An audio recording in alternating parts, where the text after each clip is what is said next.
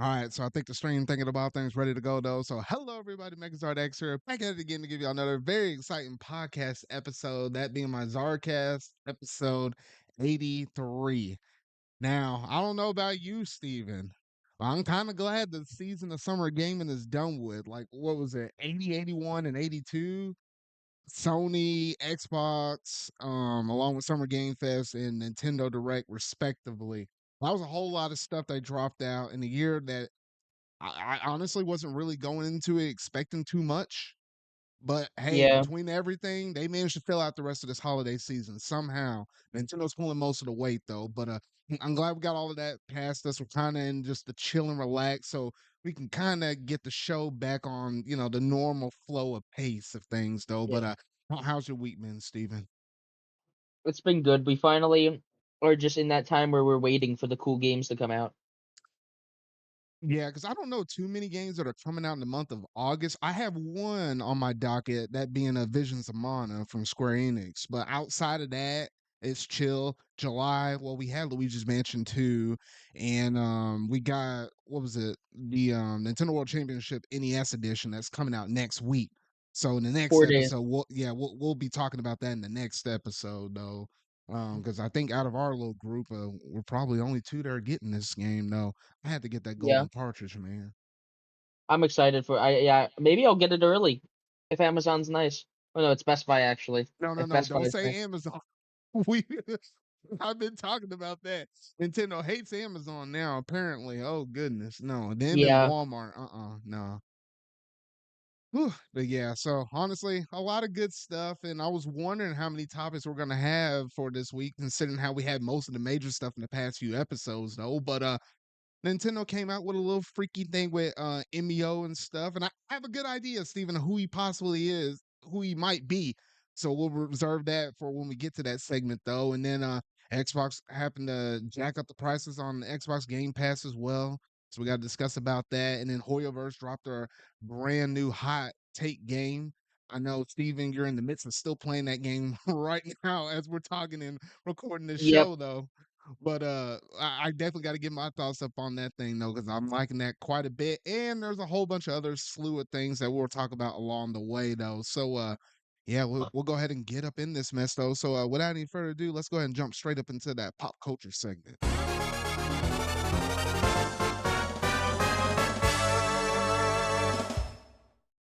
All righty, Steven. Right. What is it? It's been like what, 13, 14, maybe 15 years since we had the release of Shrek 4? But they Yes. came out a few days ago and said, "Hey, look, Shrek 5 is in the works. It's set to come out in July of 2026." And to that I said, "It's about gosh dang freaking time." All right, the way how they kind of made Shrek 4 kind of end, I was thinking, well, that might be the very last one, no, but it wasn't necessarily my favorite in the books. I think most people like the first and the second movie; those are the fan favorites. Third, oh gosh, I can hardly even remember what happened in the third movie, to Well, be guess what? honest.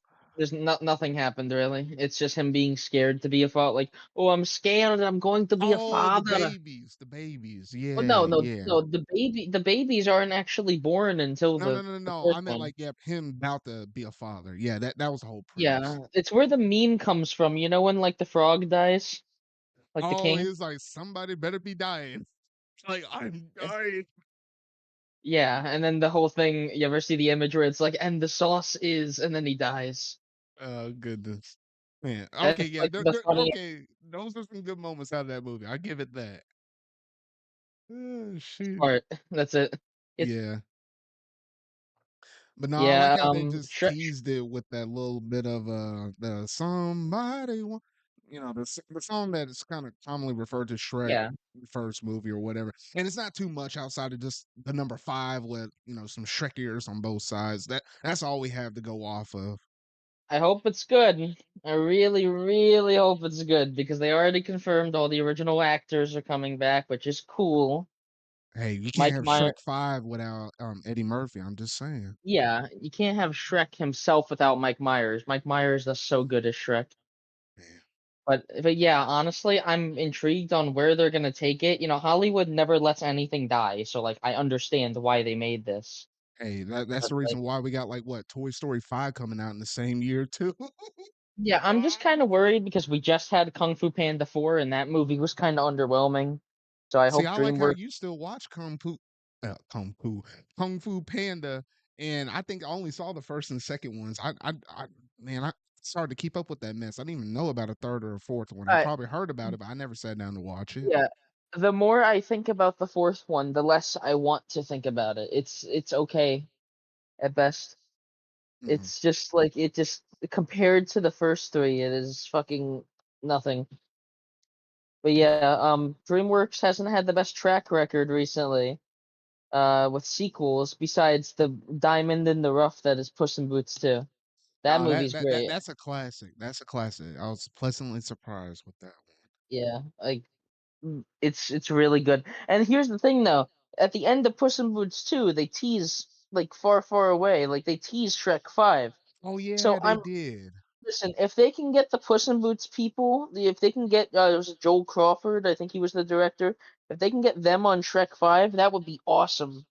Like even if they don't really do the visual style that Puss in Boots went for, I would Just add love some for them. creative flair up in there along with some of the other Yeah, original people that oh, if they could get some of the people. I don't know, man. yeah. Are those people still Because kicking and breathing from the first two movies? I don't know. Oh, I I guess so, what, but yeah. what from the first two Puss in Boots movies, No, Antonio Banderas? I was talking about no, the first two Shrek movies. I said Oh, keep some of the original, but put in some of the new people up in there and mix it up and see what we get for five. I think so. Like DreamWorks was a relatively new studio with I'm pretty sure like younger staff from Disney, from what I remember. And what Shrek was only what it's like 20 something years ago. Something like that. I Yeah. know I know the big people have to still be at DreamWorks. The only difference now is I think Illumination owns them. Wait, really? I think so, from what I remember seeing. And then Universal owns all of it. From what I remember. Huh. Either way, I hope it's good. Eddie Murphy is gonna be great as per usual. I like the fourth one a lot. I like Shrek 4 a decent amount. I think it's a pretty good ending. Rumpelstiltskin's the best. He's such a creep. Oh But yeah. yeah, he's the best part about the fourth one. And Big Puss in Boots 2 showed me that they can do compelling stories if they want to at DreamWorks still. They Yeah, they don't they don't only do Boss Baby and shit anymore. yeah, just give me a good story. Like, gotta be better than 3, and hopefully it's better than 4. If we can get back up to that pristine of what we had in the first 2 movies, hey, that's all I'm asking for, DreamWorks. Just give it to me, I though. Yeah, I just want them to keep making fun of Disney because that's what Puss in Boots 2 remembered. Oh, Shrek was always a franchise that was just mocking Disney the entire time. Like Yeah. all of the fairy tale shit, like the whole princess, even just the Princess and the Frog, just everything about like those movies was during a time where people were kind of getting sick of just traditional Disney. And I think we're in that same time period again. I think everyone nowadays just does is thinking Disney stuff is too bland because it is. Well, I mean, history Uh, always has a tendency to yeah, repeat itself, so that'd be kinda funny if that be the case, though, but yeah. yeah, We'll so see, but like Big Jack Horner himself was literally just a parody of Disney in general, wanting all the magic to himself and not letting anyone else have any. eh. Yeah, so it's gonna be a while until we see this movie. We're in the middle of basically no, it's a perfect 2 years from now. It'll be July of 2026 though. So we gotta wait a couple of years though. But whenever that day does come around and we finally get to sit down and watch it, hopefully we're still here to be able to talk about it though. I But fucking hope we are, dude. at that point, what I'm just doing some quick math here. No, by the time that movie will come out, this will be like 48 episodes later. Like we would literally be on like, oh gosh, like almost episode 130 at that point. Man, that's far way out. I take it one step at a time, one day at a time, though. We'll go back to this. Think all of our hopes and dreams that it's a good movie, and we'll be like, it was shit. I say there's like a 66% chance of happening. I don't know. But yeah, so that's all we got to say about Shrek 5. Hopefully it's good though, but we keep y'all all in the loop. Here's hoping. All right, now this next story right here, Steven, definitely caught you by surprise, and I got to pull up my notes. I was debating on whether or not to put the dude's mugshot up on the actual screen right here. I was like, let me No, digress and not put no. the let me put it up on here though. But I do have it down in my Twitter notes though, because apparently somebody was arrested, and it wasn't just your average Joe though, but let me pull up a little statement here. So, a man was sentenced to 4 months in prison for carrying a 6-inch master sword in public. So the blade was in like some kind of a sheath and could be released from the sheath with the press of a button. Though, and I was like, "What on earth?" Like, Okay, you can't make this crap up, okay. Steven. You can't make it up. Uh, yeah, stupid. He claimed that apparently it's like a fidget, like like how people have like fidget spinners and stuff like that. I guess this is something, kind of keep your hands occupied or busy or whatever though. Like he just bought it online as a fidget toy though, but no, the officers tried to explain to Bray that despite its intended purpose, it was a fact that a sharply pointed item that could be used as a weapon and might put others in fear of it being used against them though. Like I guess like what they kind of viewed it as like a mini dagger. Well, they said 6 inches. So you think about your shoe and cutting that in Oh half. my That's god. almost about that's about almost a dagger size. It might be a little bit longer. Like if you think about most movies and stuff, but like holy shoot. Dude. It's ridiculous. Man, I almost wanted to put this thing up on there. I'm the dude looking crazy too. Man, man, it's something about watching people looking at people's mugshots and stuff. Like, kid you not, I kid you not.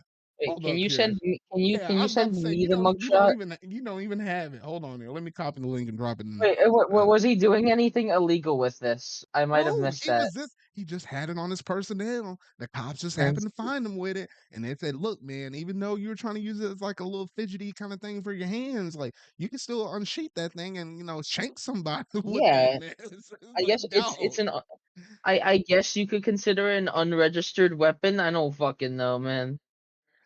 Oh, good night. All right. I don't agree with it, but yeah. Oh my god.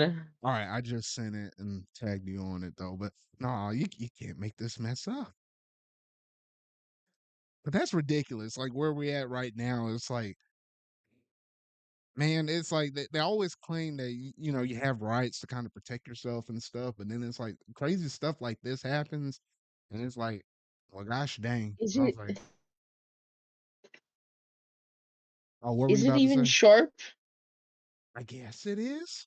I'm looking at the image right here next to the ruler and stuff, and Yeah. I'm like, it looked kind of dull to me, but I guess it could be sharp enough. You put enough force behind anything, you can poke or stab out anything, really. But I don't just for him having it. No, this I don't know. It feels. What was this in the U.S.? you know what? That's the one thing I'm trying to. What is Warwickshire? I'm looking this up. Oh, no, no, no, it's in UK. It was in the UK, so not here in the Okay, US. Yeah. those motherfuckers are crazy. I swear. I was about to say here in the States, I was like, people walking around with guns half the time, though. So I'm like, no, I'm been shocked and surprised that they arrested somebody here in the States for just holding a States, little. but you probably would just get shot. Well, I Wait, mean, Zard? Hey, Zard, you there? oh wait, did I lose you? You there, Zard? Oh, I probably lost him. Hold up here. All right, what about now, Steven? Yeah, I can hear you. Can you hear Okay. me? Yeah, I can hear you. No, I was gonna say like I at first I was gonna say it would probably be better if in the U.S., but no, you'd probably just get shot. You would just get shot if this was on your person in the States. Wait, Zard, you there? Hello? Hello?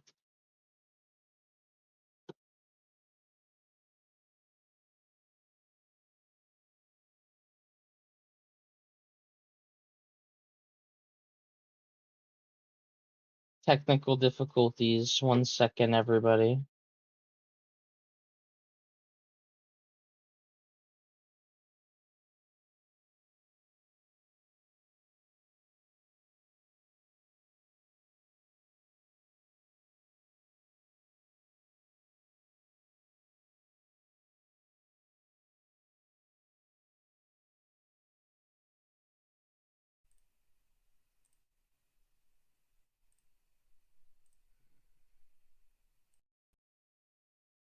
Okay, what about now? All right, I think I'm back. I think, or at least y'all can be able to hear me on stream. Probably not Steven, though. Well, let me flip it around here for him too. All right, Steven, can you hear me now? Yeah, I can hear you. Okay, yeah. I don't know. I think it was probably. I feel like it's always something with my computer because it's like every time when we're doing this mess, it's like we'll stream up to like 20 minutes, and then my mic just goes, "Oh, I got to go to sleep," and I'm like, "Wait, what?" It's only during the podcast when I'm streaming. Doesn't happen when I'm normally recording my episodes or not episodes, my videos and stuff like that. I don't know, but It's what were annoying, you? yeah. I'm trying to remember. What were you saying beforehand? All I was saying was that if you got caught with a mini Master Sword in the US, you'd be shot. That's all I was saying. Yeah, It's not. I was gonna say at first, oh, the US, it would be nowhere near this, but no, it'd be much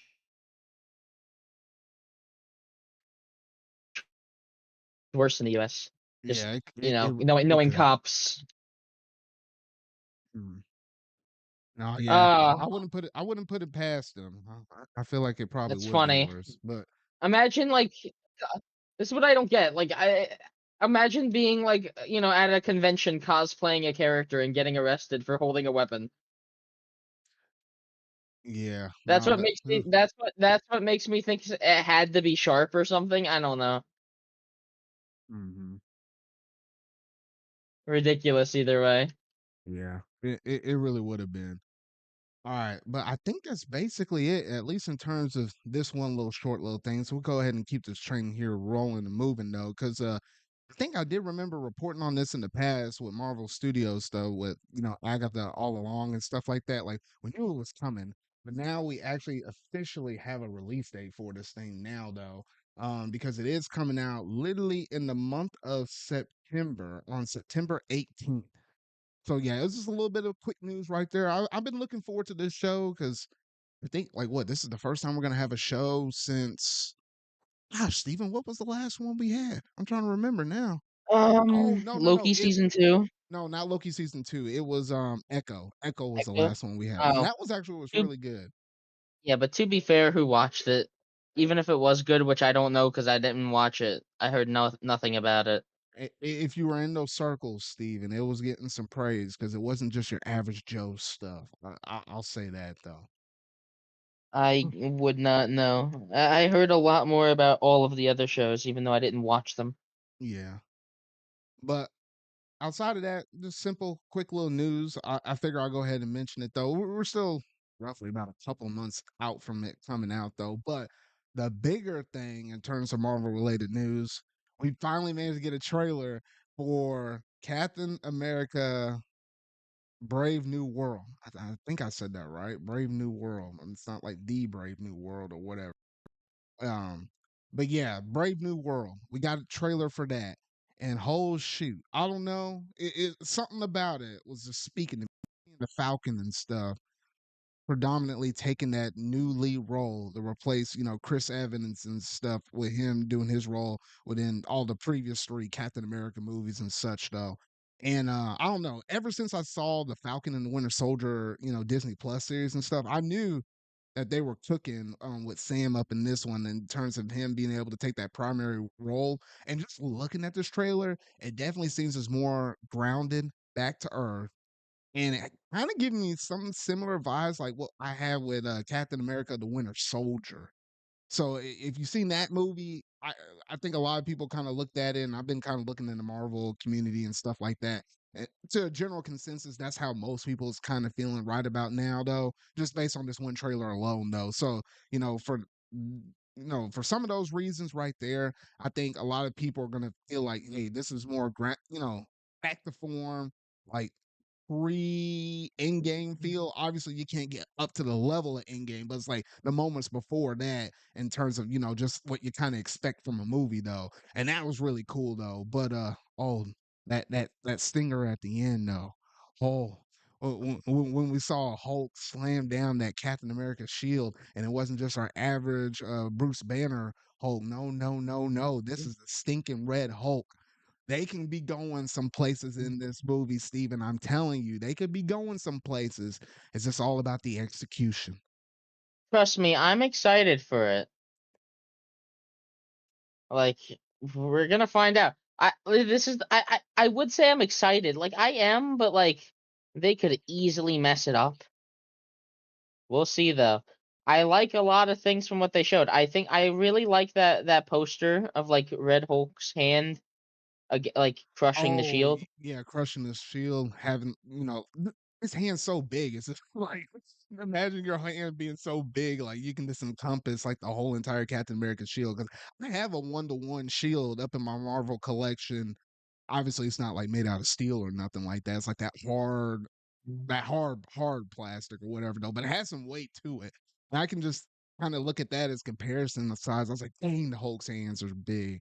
But nah, I do like that poster too, Steven. That looks really clean. Yeah, I hope it's good. Like I like Falcon as a character. I've liked him since Winter Soldier. I thought it was just more interesting to have this down to earth guy that like Steve Rogers just met and was like his I guess his friend. Mhm. He's Yeah, just his buddy, and then he got roped into all this. yeah, this the secondary person that came right after the Winter Soldier and stuff, though. And that's the thing we got to remember because if you wait, hold on, did you watch that one series, Falcon and the Winter Soldier? Did you watch that series, Steven? Or just No, but got a I summary of what know happened? I have like a summary. Oh, okay. So you basically know that other people are making like the super soldier serum though. So you technically have a bunch of quote unquote Captain Americas running around with that super enhanced strength. And you have Falcon over here who's just the average black man. All right, could be literally me or whatever though. And the only thing that makes him different is he does have like the same Captain America shield and he has some fancy equipment on the back, not as fancy as Iron Man and stuff like that, allows him to fly around and stuff. But he's more so like your Yeah. average down the Joe, I guess, hero. It's Well, it's, it's more simplified they version of Iron Man, really, to be honest. But yeah. they did a pretty good job, honestly, in that movie because it was like old military equipment. Hmm. But yeah, I'm excited. Like Red Hulk looks cool from that little screenshot we got. I don't know necessarily what the lore is. I don't know if he's because he's like the president in this movie. Apparently, he's like the president of the United States. So it's just gonna be weird to see Captain America fighting the president. That Oh, that's gonna be interesting. I was thinking they were gonna kill off the president. Like the way how they played out this trailer, it made it look like that might be the But case. I'm pretty. Isn't he in Thunderbolts? Isn't that named after him? Well, They could kill him off. they We'll see could. I though. don't. I don't know. We have to see the direction of where they're kind Uh, of going on in w- this movie. w- we'll see. It would just be weird to do that, especially because the original actor passed away, and then they recast him as fucking Harrison Ford of all people, just to Yeah. only use him like that once or twice. Yeah. Yeah, this movie. Here's the thing. This movie, I think it was shifted around. This movie must have Oh, been no, no, no, no. shifted No, around no, in no. production No, it because really was. It really was because because I'm trying to think. Yeah, it because originally this movie should have came out May of this year. And then, we had Deadpool, Wolverine and stuff coming out in like a few weeks or so.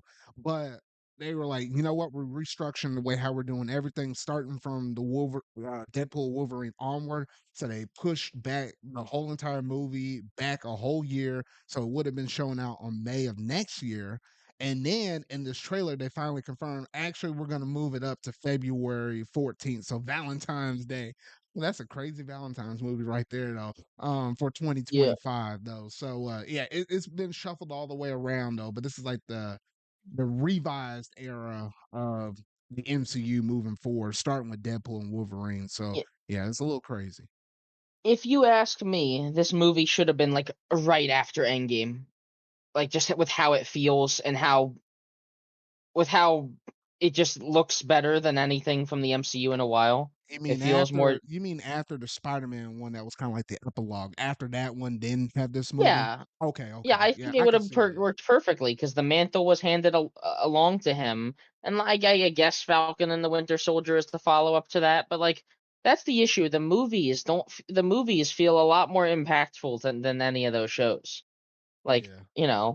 you can't, especially because the shows are basically just movies but stretched out into fucking six episodes. Like I'm sure you could have made a movie called like Captain America and the Flag Smashers or whatever that team is. Yeah, because You could I mean, yeah, you could have just there's a had that. handful of movies I think that probably stood out in the back of my mind where a little bit of restructuring and stuff like that. And I felt like, you know what, we would have been right back at it because I do like the shows.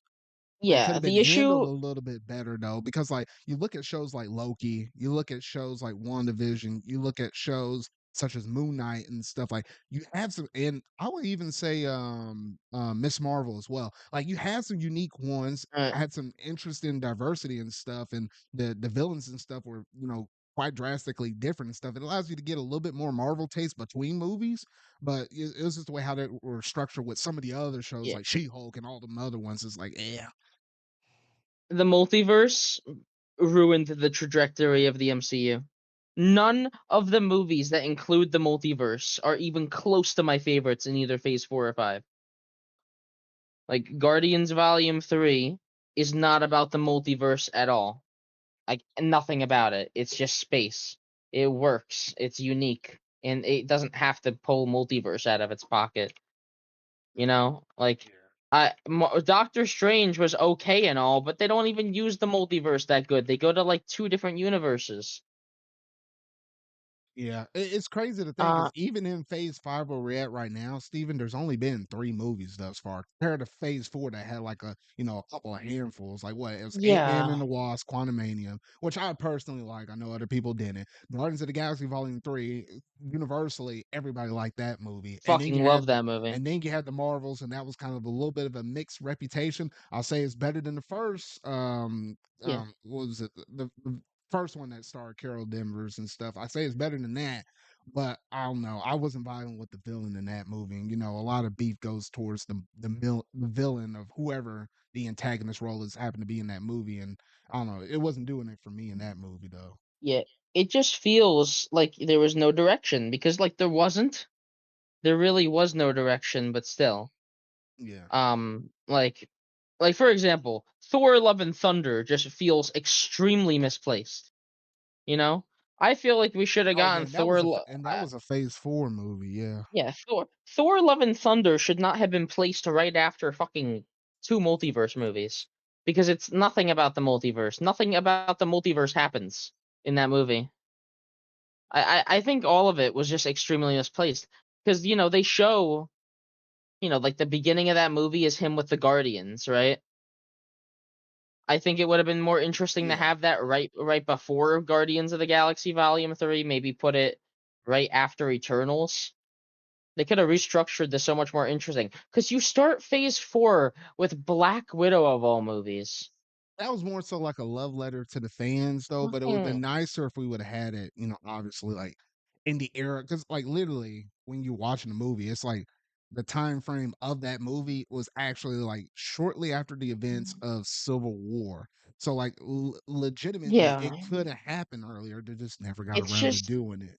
it's just the impact. Like I'd understand if this was like way after, but this was like, this movie was not only supposed to come out way earlier, but like it kept getting delayed and delayed and delayed. If this was like a movie with important stuff in it and it meant, it was hyped up to be like the future of the MCU, like yeah, okay.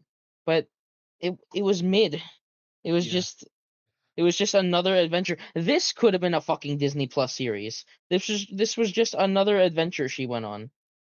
Yeah, I mean the major draw Uh from that is literally pulling away Black Widow's sister, who's actually gonna be yeah. part of the Thunderbolts movie. Which the Thunderbolts movie, now that I actually looked this up, because you know, I've been moving around these movies all the time though, and I was like, oh, what the heck though? But I think as it stands now, it's supposed to roughly come out in May of 2025. So after Captain America: The Brave New World. So I'm curious about that one as well. It is, Yeah. I think, roughly in post production though, so we'll see how it goes. Phase 4 I'm interested in. Oh no, Phase 5 I mean is getting better. Yeah, Mostly yeah, because now we have Fantastic Four, which all could be interesting. They could do something interesting with Fantastic Four. We'll find out. They could go in a different direction. That logo kind of the logo they revealed kind of makes me think they're going in more like a traditional in the past direction with it. We'll see though. The thing the MCU doesn't do anymore that it should keep doing is stay down to earth. Yeah, stay down to earth where it needs to be. Especially, I think it's always something about the origin movies. Like when you start and introduce a new character, or something new that most audiences aren't super familiar with, unless you're just heavily, extensively involved within like comics itself. It needs to be a little bit more grounded, unless it's something like a Guardians of the Galaxy or something like that, where it's already in space, so you got to simplify some things though, but understand that yeah, that's not going to happen on Earth for the most part though. But yeah, you got to start off on a little basic line, and then from there with your sequel movies, then you can kind of bridge out and do a little bit more crazy stuff though. But I think it's always about having a balance of anything. It's like when you're eating food out on the plate and stuff like that, like you don't just load up on a whole bunch of meats. You got to have some vegetables and some potatoes and stuff Yeah, over there on the like side, so it's that just way when you rotate between everything, everything's just equally balanced. You can't just yeah have the too much of one thing. pacing in these movies is just sucked. Bad pacing can ruin a good story. Like I don't know, like it just felt like they had no plan. Like the Marvels just happens and like it doesn't affect anything. Like what is the Marvels gonna lead to? It's just it's just another adventure. Well, back in the day, like, I wouldn't consider Captain America Civil War just another adventure that Captain America went on. Like that movie changed the trajectory of the story. Infinity War and Endgame only happened because of Civil War. Like Yeah. the only movie I can say that about is fucking Thor 2, and nobody likes Thor 2 for that reason. Like I'm just gonna go to phase one real quick while I already have like the fucking MCU wiki up because I was checking all the movies because I can't even remember all of the movies in phase four. Oh, in phase. Like, yeah, I'm looking at the list. Literally none of the movies in phase one, two, or three feel like pointless. All of them at least led into something that was called back to an endgame. And either way, they still moved the plot forward and told us more about this world. Like, except for Thor 2. But Yeah. like, I don't know, like Thor 2 and I guess maybe Iron Man 2, but that still introduced War Machine and Black Widow. Like, I don't know. It was just developing things a lot faster. Yeah, and I think they were trying to rely some stuff on the shows though, but my major overall thing was the fact that you can't go whole entire phase four to the tail end of phase five to then decide to do we're going to do another Avengers movie when you don't have any team chemistry between a lot of these old veterans that used to be on the part of the Avengers, and then you have all of these new ones off the block, like you have Hawkeye's protege and stuff with Kate Bishop. You have Miss Marvel stepping up in the lineup. You have Shang-Chi and stuff. She-Hulk, I regret to say that though, but She-Hulk nonetheless though. And then all these other characters and stuff. The list kind of goes on and on and on, especially with some newbie, child or children and stuff being born in here as well though, in a couple of movies though. But yeah, you can't expect to have all of these like younger Avengers. They could do a young Avengers. That would be kind of cool though.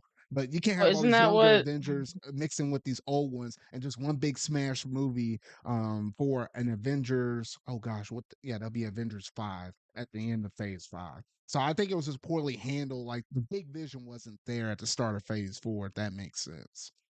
Well, yeah, and then like the Marvels, from what I remember in the Marvels, they had like the Young Avengers tease in the post credits Oh yeah, they had Kate or Bishop show something. up, and oh And no, it like was like Miss Marvel was recruiting Kate. Yeah, it was like that and little bit of a and I'm tease just right there. like what are they recruiting them for? Because like Kang was solved. If like in I don't know, if I remember seeing this, it was like a either a cut it was like a cut story beat from the movie. A lot of people were suspecting that like Ant-Man was gonna die in Ant-Man 3. Or like either Kang was gonna win or like Ant-Man and the Wasp would be stuck in the quantum realm. And then they would put together a team to get them out or something to stop Kang. realizing him as a threat. Oh But my. no, Ooh, I knew something was doggone. Y'all ain't noticing this on the audio side though, but oh shoot. what I was just looking at the stream. Why what on earth happened? did I not change the title for this one? I still had it set as episodes 82's title instead of this. Like Oh, I had Nintendo Direct, Puro, all this stuff. People probably been clicking on this mess like what oh the heck? shit, yeah, true. But keep talking. I'm Yeah, changing this mess. no, that's fine. You change that. But yeah, MCU is finally back on track. Maybe it's just the fact that it had to go to this point. It had to go to this extreme low to build itself back up with a movie that actually looks promising. Especially Giancarlo Esposito is going to be in this movie. He plays character. I don't know if you know who the actor is. He plays characters in Breaking Bad, The Boys. He's a very good actor. He's going to be in this movie as some kind of shield agent. I'm excited, honestly, to see his performance. I hope he does good. Seeing him in the MCU is just weird. Um, Red Hulk, like I already said, I think he's gonna be cool. I hope they do the CGI good on him because modern MCU CGI isn't always the best, with the exception of Guardians Volume 3. Um, Besides that, I guess some small stuff. I like the new suit for Captain America. Captain America's new suit looks pretty good. The wings are a nice touch. It's better than his suit in the stupid Disney Plus show. I think it had just had a way too much white. This one's cool though. Yeah. And I just hope that Sam Wilson, yeah, is good in the movie. I hope he. Well, I was gonna say I wasn't gonna say I hope he lives up to the mantle.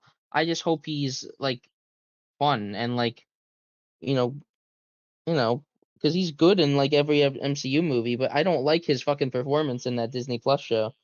Like there was the line that everyone memed where he goes, "You got to do better, Senator," or something like that. Yeah. I don't know. I don't. I have nothing else to say. It looks cool and all, but like fuck. MCU is fine. This is what I mean. MCU is, in my opinion, low for the longest time, and now they finally did something to amaze me. Um, we're Yeah, both no, probably gonna go see the movie, right? This yeah, is no, like the next. no, yeah, we're seeing that movie whenever we're seeing that movie whenever this thing is officially dropped out. Because man, I've been really looking forward to this thing though, and it's about time. It's about time. Whew, all right, so I think man, we dabble on and on and on about Marvel though, and I, we barely Because were gonna get huh. I was just gonna say because something interesting finally happened with them. Yeah, yeah, yeah. Finally though. So that's what we kind of been waiting on and stuff though. So I think that's just about it in terms of all of the ZardCast stuff that we are basically going to talk about within the pop culture stuff. So now we're going to go ahead and switch it over into the next major topic right here. So now we're going to go ahead and jump on over to what's in the gaming news.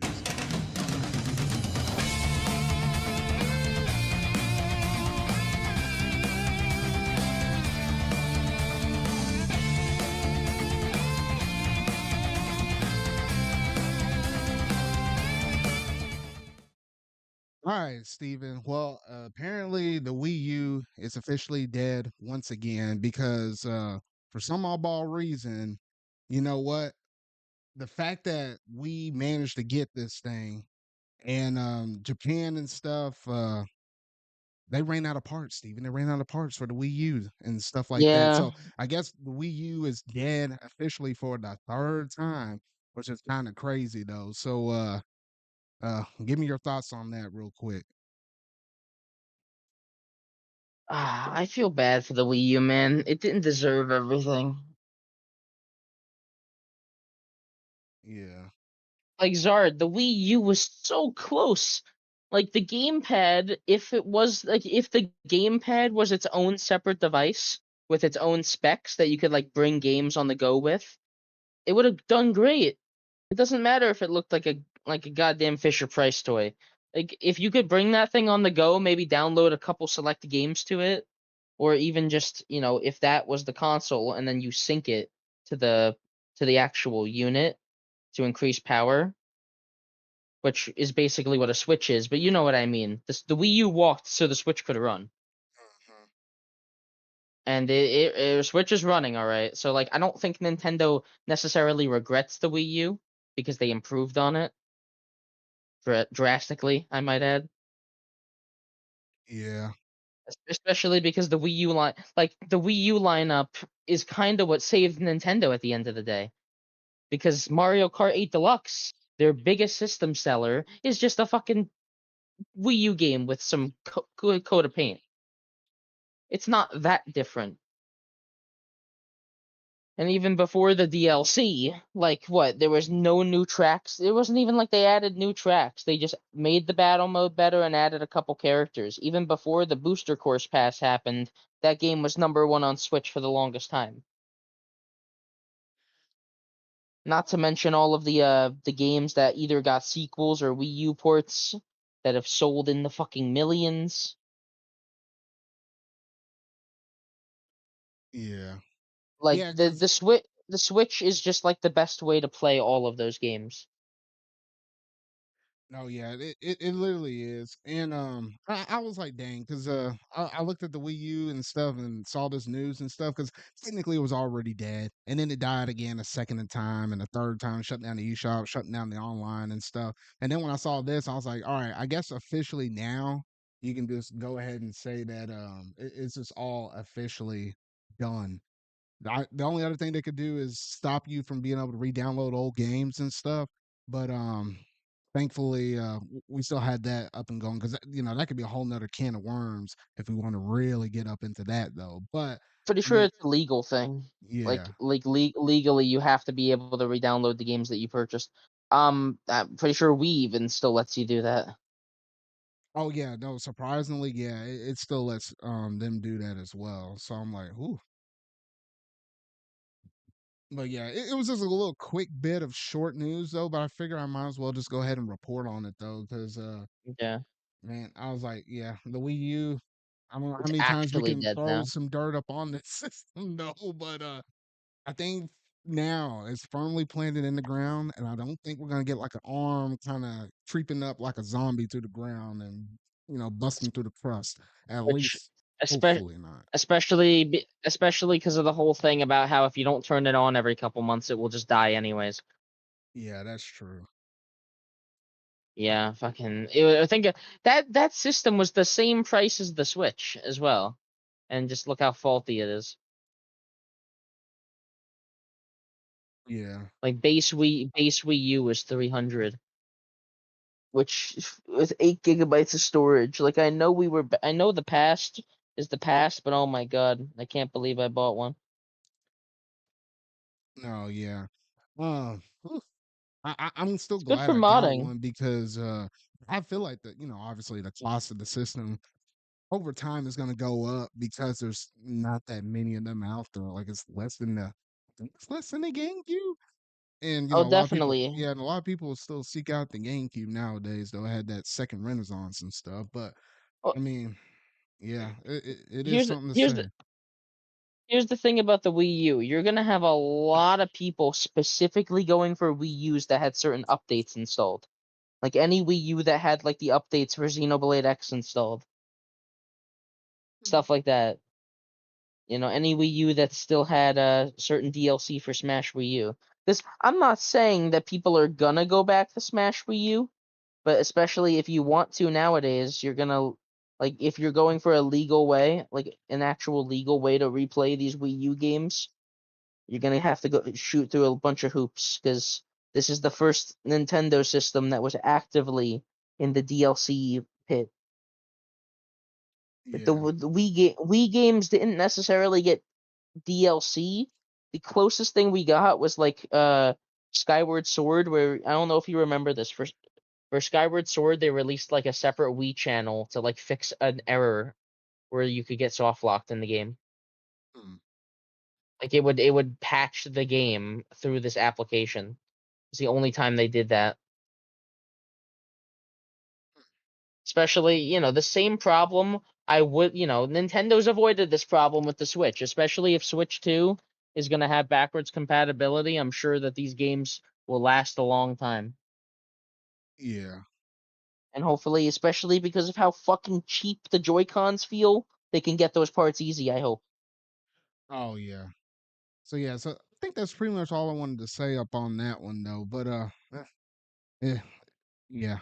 Wii U, one last salute to you. It might be the very last one we might give out here on this channel though, but might be the last one I'll see up on these headlines, unless it's like a hack and modern, whatever thing though. But overall, you treated us good. You just weren't good enough.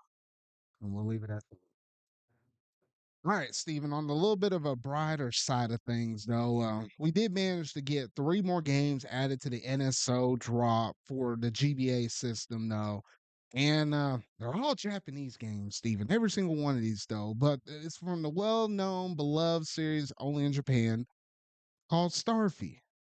It's not Have you heard a only in little? Japan, but I mean, or these GBA games. That's what I meant to say. oh yeah, I've heard of Starfy. I've heard it's a very easy, very easy series. Not it's. I've seen people consider them baby games. Um, I'm double checking this before I sound stupid. I think it's developed by HAL Labs. It, I'm ch- I'm it may I'm be. double checking this. Hmm. Um, I okay, no, I'm wrong, but like Starfy is definitely closely related with Nintendo. Might even be a Nintendo IP. Oh no, Starfy, it is a Nintendo IP because I remember these three ones that we managed to get on the Y- NSO were only for Japan only. And Yeah, then you did a little research, and apparently there's a fourth one on the DS that wasn't localized. And it wasn't until the and fifth entry on the series on the DS that we managed to get stateside. yes, okay, so I found it. Nintendo has like joint ownership of this. So Nintendo partially owns Starfy, and they also published the games. Okay. I I heard people do like Starfy, but it's like, most people basically only played the DS. He's still an assist trophy in Smash to this day, I think. Now I can finally understand the origins of that assist trophy because I looked at that star and I was like, that ain't Star You, the Pokemon. I was like, who the heck is this boy? But now I understand. Yeah, which is it's cool that it's cool that Smash does like give light on these obscure characters, which I think yeah, I can definitely call him obscure. I think that's fair. Yeah, and the only thing I don't like about these games that came over to NSO services, they're all not localized, they're not translated. So when you fire these games up, obviously they had the Japanese box art. They ain't gonna kill nobody. You click up in it. I did manage to play the game for at least 20, I think 15 to 20 minutes or so. But of the first one though. And literally there's like a whole bunch of cutscenes and stuff that you literally go through and they just give it to you all in straight Japanese. And it's like, dang, I can't read none of this. But you can Yeah. kind of make your way around. It's basically from the understanding I got during the short little time I played, it's like a collectathon. So you're just going through collecting certain items, bringing them to certain people, or finding things. Like that's the whole premise, I think, of the whole Starfield game. So it's kind of laid back. I do like the physics of the game, like traversing underneath the water Yeah. and stuff is actually really nice. It's the air when you're out of water, you act a little bit more funky on the controls, but it's not bad or anything. You can kind of tell the difference between, you know, above water, below water, all that stuff though. But overall, I can see why people like it. I just wish I knew what the heck was going on within some of them cutscenes. Yeah, it's kind of in my opinion kind of lazy that they didn't translate it, but like I don't know, I could understand it. It's a lot of work to translate the game, but at the same time I'm paying for the service. Yeah. I'm like I kind of wish they did. Hmm.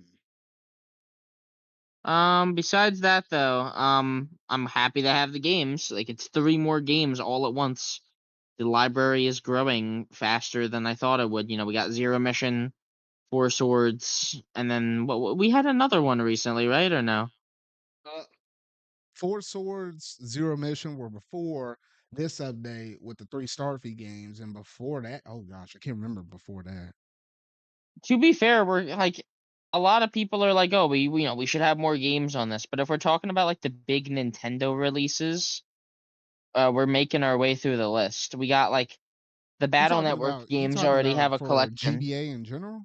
Yes, like And that's the funny thing because GBA, all we had is nothing but first party releases, except for one, I think the Kuropon or whatever that name is, and that's like a Japanese game. Kuruin. Yeah, yeah, yeah. Yeah, But everything I else is think first party. personally, I think it'd be cool if we get the Crash Bandicoot games, the Crash Bandicoot and the Spyro GBA games, which are actually pretty good.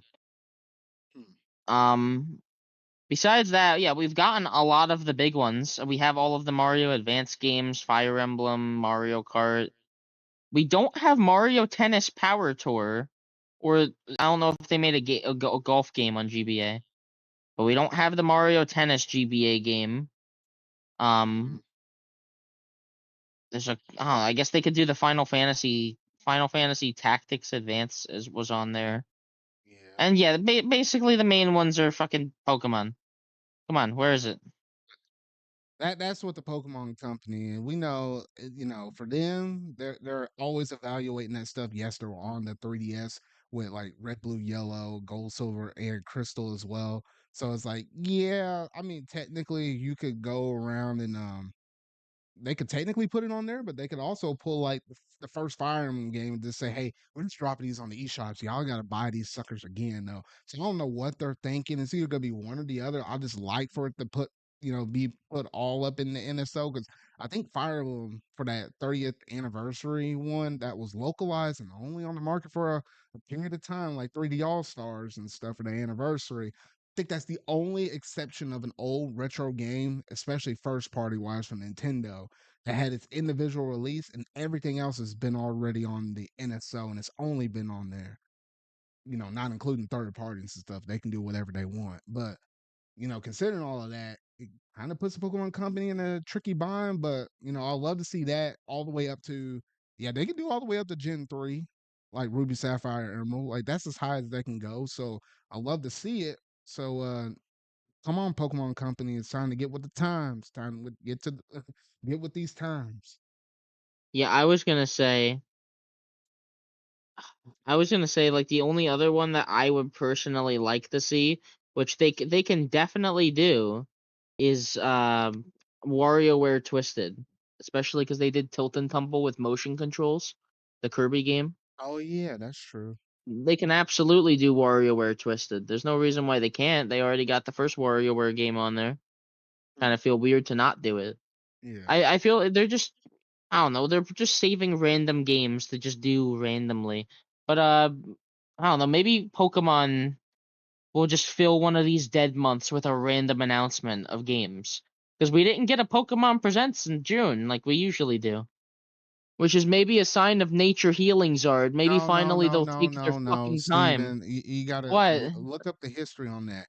No. Pokemon Directs normally happen in February. Obviously, that makes sense. That's the anniversary month, and I it's August, not June. I will Sometimes humor if you. you if I'm you looking went this up. way if Uh, you went way far back in the day, they used to sometimes release some Pokemon Directs in the month of May, right before Nintendo would do all their big blowout stuff for their other games and stuff in June.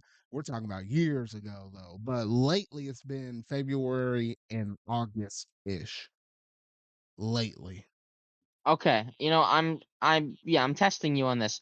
In 2020 it was January and then June. In 2021 it was February and then August. In 2022 it was February and August. In 2023 it was February Okay, never fucking mind. All I right. told I you. See what I I'm thought it was. telling you. See what My I'm memory. telling you. Listen, my memory served me incorrect. I thought it was June for And most of them. 2020, you have to throw that out the window because that was the COVID exception. Maybe that's just the one I Yeah, remember. Yeah. that's All right. I probably don't it. know, but like either way, like I hope they wait. Like we probably could get some GBA games because August is the dead month. Like I was saying, there's nothing happening in August really on the Nintendo side of things. It would be smart of them to fill it up. But also, Legends ZA is one of those upcoming games that we know nothing about, which is a good thing because they need to take their time if this truly is going to be like on Switch too. I mean, now we Which, know like, all of these other games are coming out for the second half of this year, so it's not really they yeah. gotta push the agenda, if anything, though. But So isn't that crazy? Like, we already have all of these games revealed, meaning that the September Direct is probably just going to be all 2025 stuff, which is early like 20 crazy. select early 2025. So depends on the timing of the console and Yeah. stuff and whether or not if they're trying to put that out in the same window frame that we had the original Switch drop out like that month of March and stuff. It kind of it's like give and take a little bit. We'll know closer when we get to the date though, but Yeah. yeah, it'll be like Not, first half of the year stuff. I yeah. wouldn't Not expect to. anything further than that. Not to get all speculative, they could even do the reveal of the console in a direct, technically, but maybe that's uncalled No, for. I feel like no, they'll treat their marketing a little bit different than that. Or Like, do it right after a direct. Here's we already showed the new system, now here's the games for it type of deal. Either way, it doesn't matter. Like the very very stacked lineup for their last year. yeah, it's not Cuz too bad. yeah, and like here's the thing. I say last year, but they're definitely gonna still have Switch like games that only come to Switch 1 or like or are made for Switch 1, I mean. Because even 3DS got games up until 2019, 2 years after the Switch came out. Oh, yeah, So it's not like Switch there's 1 gonna be just a little bit dies. of a cross gen period. It'll probably be up to Oh yeah, a couple of years, I think. And third parties can keep going on longer than that though. remasters of But like 3DS stuff. That will yeah, Yeah, your remasters of 3DS stuff, your Mario parties, your this and that. They'll still come to both, I bet. mhm. But yeah, I think we went on a big long tangent from the Starfy, the NSO to just what Nintendo's doing overall though. But overall, if you want to play these Starfy games though, it's available on NSO. I just explore you just to dabble with it just a little bit, just to kind of get familiar with one of Nintendo's other IPs and stuff, and just kind of see what it was like Japan playing it. And then you can put the game down because you can't read a lick of this stuff unless you're gonna get a fan translated thing, but you ain't playing that on the Switch. But interesting for the sake of history though, just to give us a few of those games and bring them West Side. So I appreciate the attempt. Just go all the way with it next time. I'm just saying Nintendo. All right, and then I think in terms of the last little bit of like some quick updates, though, we did manage to get the drop for Nintendo Switch Sports, the basketball mode.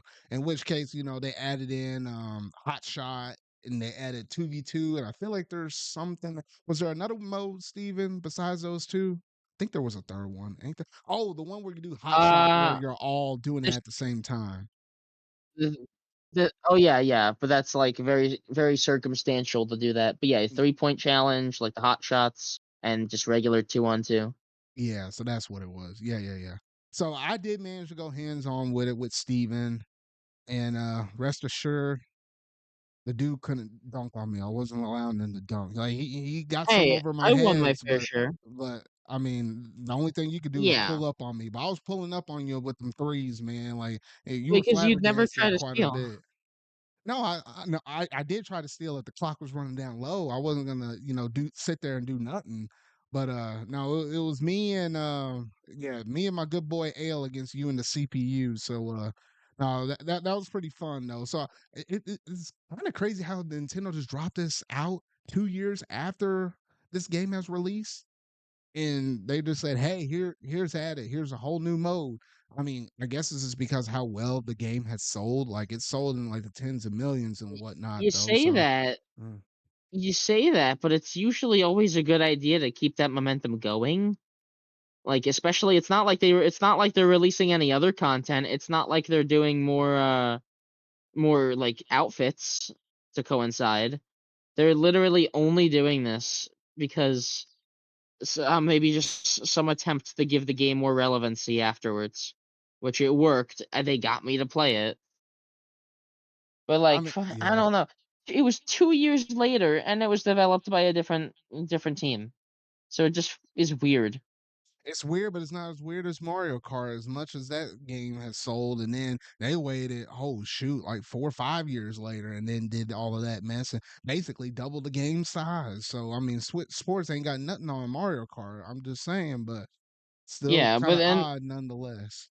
and then you got Super Mario Party, which added online like way after just to play test it. I guess it was Yeah, play testing for the next one.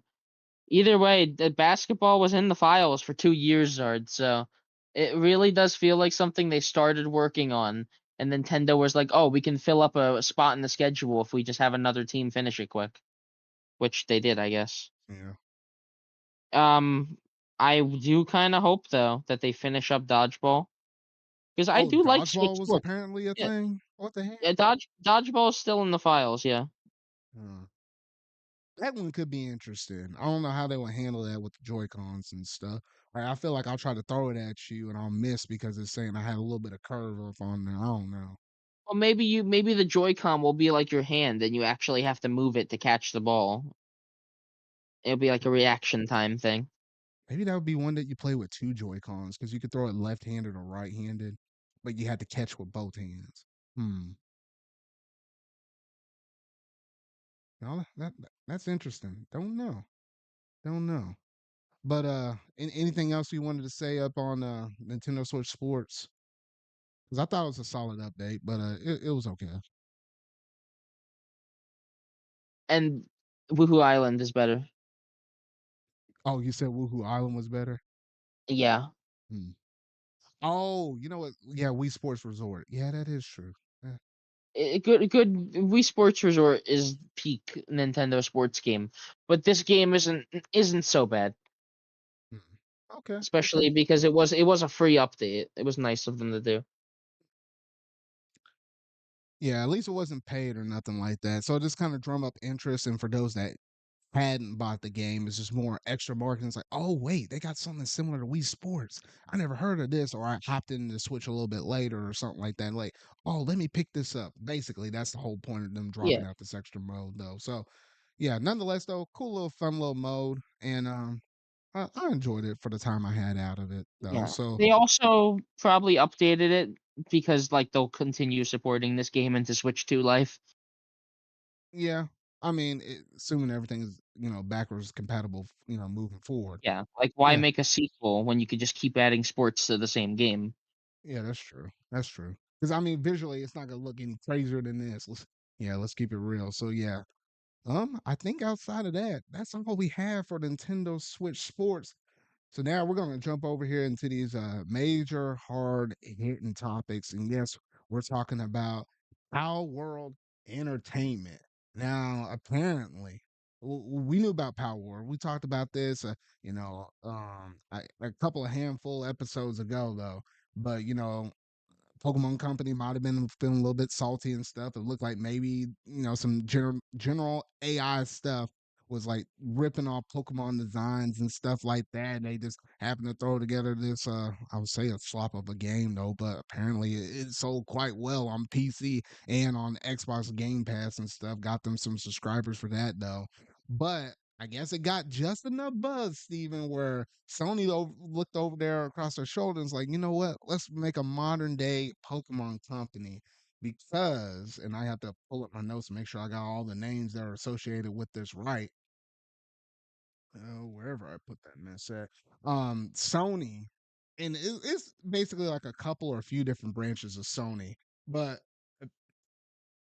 okay, here we go. Yeah, so Sony Music Entertainment Japan, Aniplex, and Pocket Pair have established a joint venture, Palworld Entertainment, which is going to be responsible for developing the reach of the IP and expanding commercial business endeavors, including the global Mm. licensing and merchandising activities associated with Palworld outside of the interactive game. So, that's essentially the nutshell of it, though. So you got Sony Music Entertainment, Aniplex, and Pocket Pair.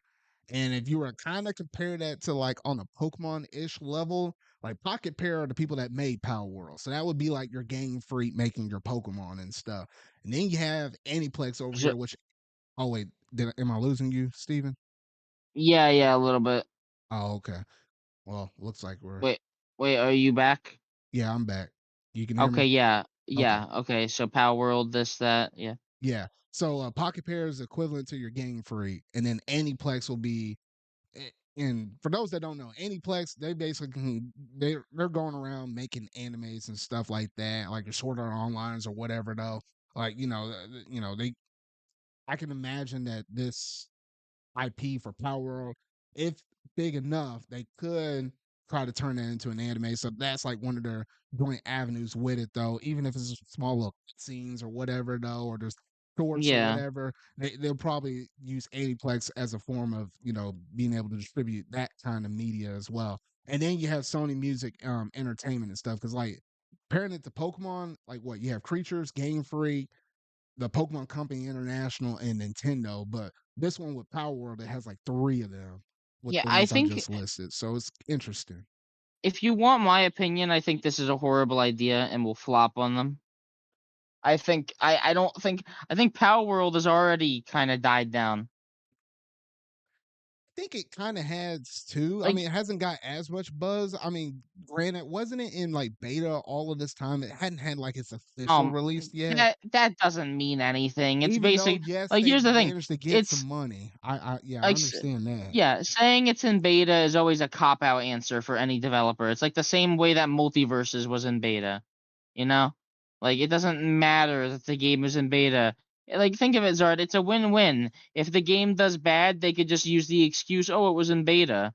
If the game does good, then then they just won't even say that they were in beta. They'll just say it was the full game.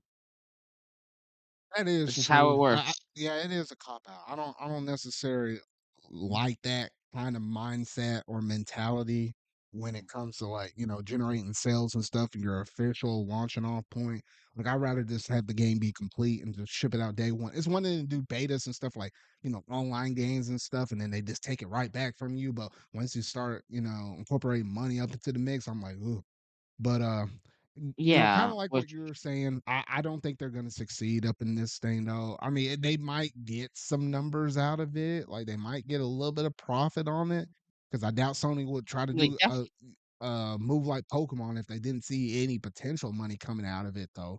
But don't expect it to beat a Pokemon or something like that. That's all I'm saying. oh, definitely not. Yeah, it's this will not like I don't know what they plan on doing necessarily, but like I don't know. They must have way too much money on their hands if they're already doing this. Especially like I know it got like 19 million downloads. I don't know how many of those were from Game Pass, but the game on Steam peaked at like 1.6 million people. So that means at least 1.6 million people paid $30 for it, and it was a very small team that made it. Good gracious. And I'm not gonna say the designs were made by AI. I'm just gonna say that they were extremely unoriginal and referenced Pokemon when they made them. Yeah. Like they were like, "Oh, we're gonna take a little bit of that." It's like they went to the fucking grocery store, gonna have a little bit of this Pokemon, gonna have a little bit of this Pokemon, gonna have that Pokemon too. That's a nice looking Pokemon, like that type of shit. It does not have an original bone in its body, but I do like the game. It's a fun fucking game. Yeah. Whew. It's, that's all I could say about it. Really, it is the most unoriginal thing I've played in a while, but I can't say I didn't have fun. Oh yeah, because you played it. I hadn't, and I was like, if it was as good as these people are making it out to be, I wouldn't have messed around with this game until they had their official release, and I would just play it on PC. Because was that game $30 or something? Yeah, it Uh, really just has the single hook of being Pokemon but with guns. That's it, dude. Like they're like you could like put them to jobs and then like they could hold guns, dude. It's so funny. I don't know. In the moment, it was fun, but like I look back on it and I'm like, oh my god. How did I even think this was good? You just got caught up in the craze. It's like what that game dropped out like early January of this year. So yeah, I Here's think the you thing, just got caught up in the craze. maybe I just thought I personally was only rooting for it because I wanted to see Game Freak fail. Because that I don't know, man. Game Freak's been winning too much recently, with Scarlet and Violet doing so good sales wise that they never even bothered fixing it. Kind of pissed me off, honestly. Mm. I can see that. At least competition for the sake of and bringing about more creativity. Trying to kind of push the boundaries and not being in a place of contentment and Yeah, thinking, oh, but you're just on top all the time. No, yeah, I yeah, can but see here's that. the issue. They deliberately put themselves out of competition with Pokemon by making it a more adult oriented game. Meaning that Pokemon still has the exact same grip on the kid audience that it always has. It's something about that rated E for 'Cause yeah, everyone audience, yeah, like where you can play it with your kids. You can literally have your parents and stuff who grew up with Pokemon introduce it to yeah. their younger. Like it hits every generation versus Well, something that's with the whole Power World where it's concept. only Yeah, going to be for adults or yeah. teenagers up. That's the whole point of Pokemon. If you don't like one generation, you'll probably like another. I'm not saying it always works, but for the most part, there's a reason why every single. You know how everyone says when a generation comes out, "Oh, this generation sucks," and then years later they're like, "Oh, it wasn't so bad actually." People's minds Have change you just like seen how that with people's Gen taste 6? buds. Yeah, no, people have been coming back and saying that with Gen 6, and I'm like, It's because sorry, it's fucking nostalgia. People that grew up with Gen 6 are now old enough to start speaking on the internet and being idiots about it. It's just natural. man, I'm looking at Gen 6. I look back at that game. Man, that thing is crushing. I'm just saying, no. I'm like, ooh. I was about to say, it had a great anime for the Gen 6 era, Pokemon X, Y, and Z. Great anime. Oh my goodness. But no, the games themselves, I can hardly remember much of anything outside of all of It was that. good, I guess, yeah. Mm. But no, I think outside of that, Steven, I think that's all I had to say on Power World right there. But oh, what were you about to say? Yeah, I was saying the anime was probably the best that Pokemon ever was in the XYZ era. If they're planning on doing a Palworld anime, that's gonna just be awful. They'll have to think there had to be some kind of restructure. Like you can't incorporate it with the humans with guns if you're trying to do an anime. That just ain't gonna work. They had to kind of pull some elements from the Zard, you Pokemon. there?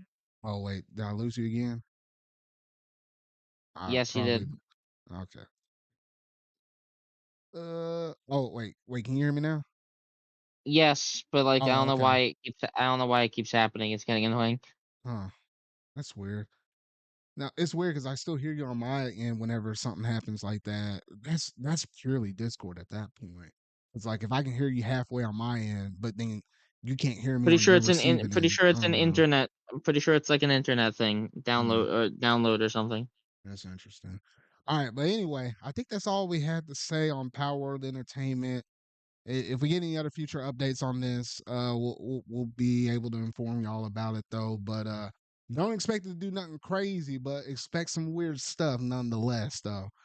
All right, so now we got to talk about Xbox Game Pass and their recent price hike because I was looking at this and apparently they actually jacked up the price of Game Pass this same point last year. So this is like two back to back years they've been jacking this up.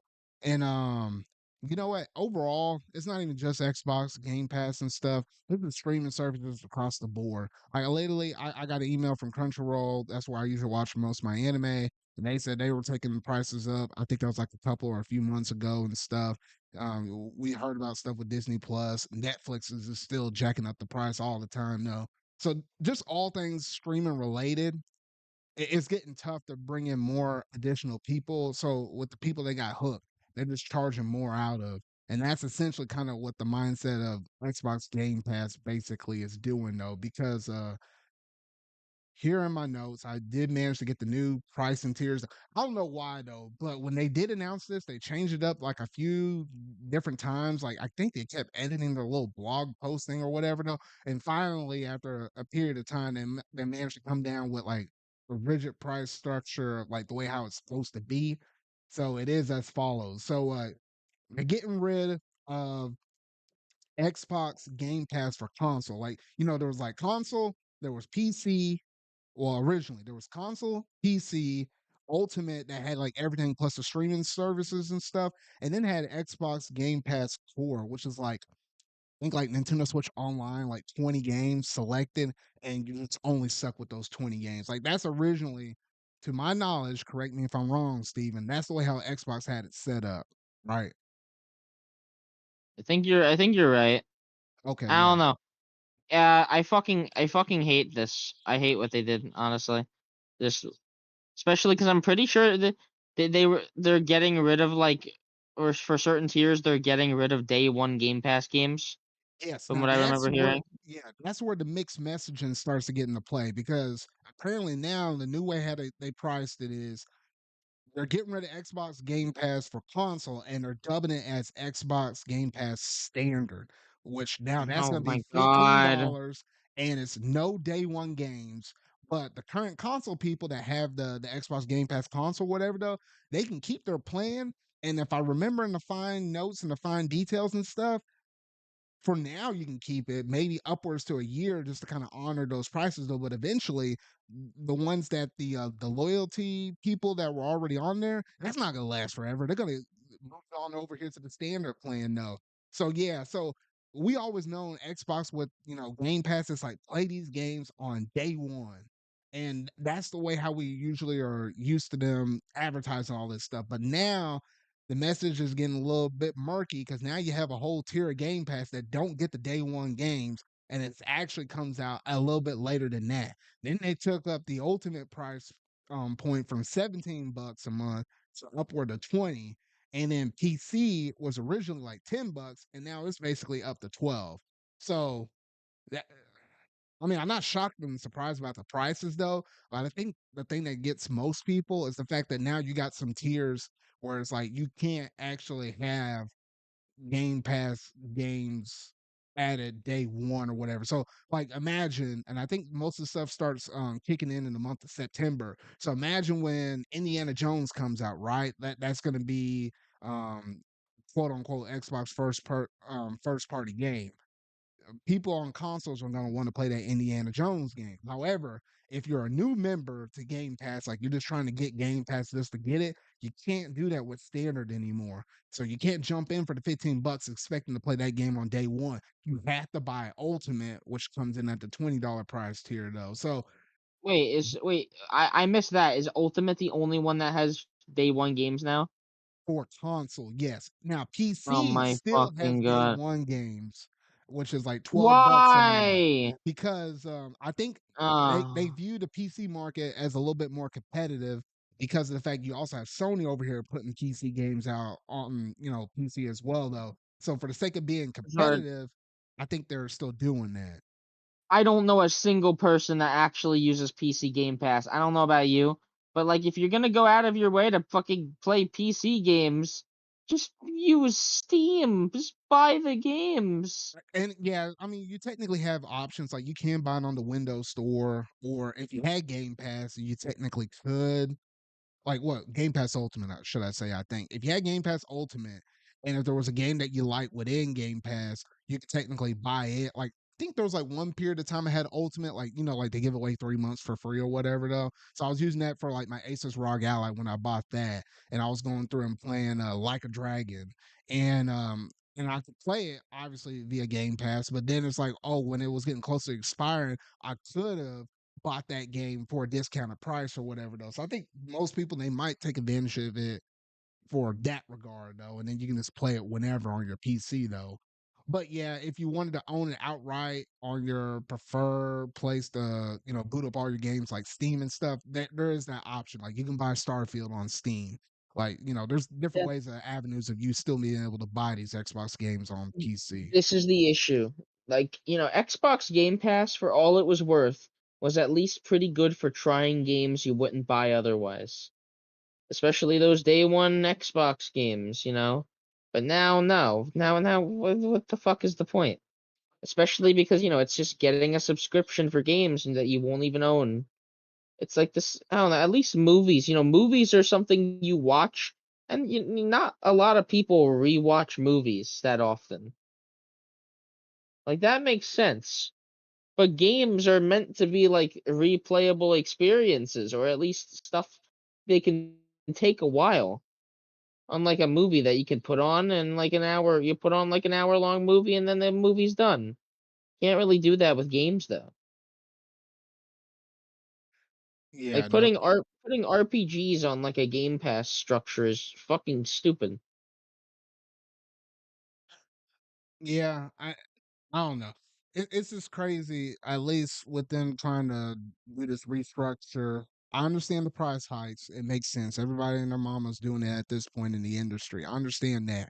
But the fact how I guess they recognize that they really want Xbox Game Pass to grow, right? And they wanted to get it past whatever kind of hurdle they've been stuck on though. But apparently if you looked at the numbers they've been reporting and stuff, Xbox Game Pass has not really been growing. So what they're trying to do now to circumvent all of that is we're just going to charge more for the people that already have it to kind of make up for this. Because now, like what we know Bethesda's underneath the Xbox umbrella now. Now you got Activision and Blizzard and stuff. You had this big major Call of Duty game that's coming out on Game Pass and stuff this upcoming holiday season and stuff. That stuff ain't gonna be cheap to be able to offer to all of these people and stuff for like no additional charge if you already had Game Pass and stuff. So it's That's interesting to see that move right before Call of Duty comes out and when all the price hikes starts going up and now they're removing day one games away from the console side of things for new members and you have to be part of that ultimate tier. So that timing though, I'm just saying, Steven. Zard. This is the issue in my fucking opinion.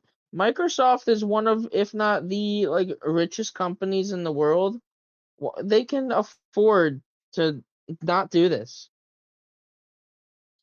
They can afford to, but the big heads up top, you don't happen to be a company that happens to have all this surplus of money and stuff if you didn't know how to operate all your little smaller or big major businesses that Microsoft happens to include. That being also their gaming division within Xbox and stuff, though. Because But like, I mean, we know that Phil Spencer, Matt Booty, all of them people, they're kind of under fire a little bit, though. Considering the mixed marketing messages and stuff. Now these price hikes and stuff, the restructuring the Game Pass and stuff and then them actually putting their Xbox games even outside of the traditional their console and PC, now putting stuff also on PlayStation and more stuff on Switch and stuff than what you normally would have saw within your traditional stuff like a Minecraft or something. I mean, they're doing some weird stuff. They're doing some weird stuff.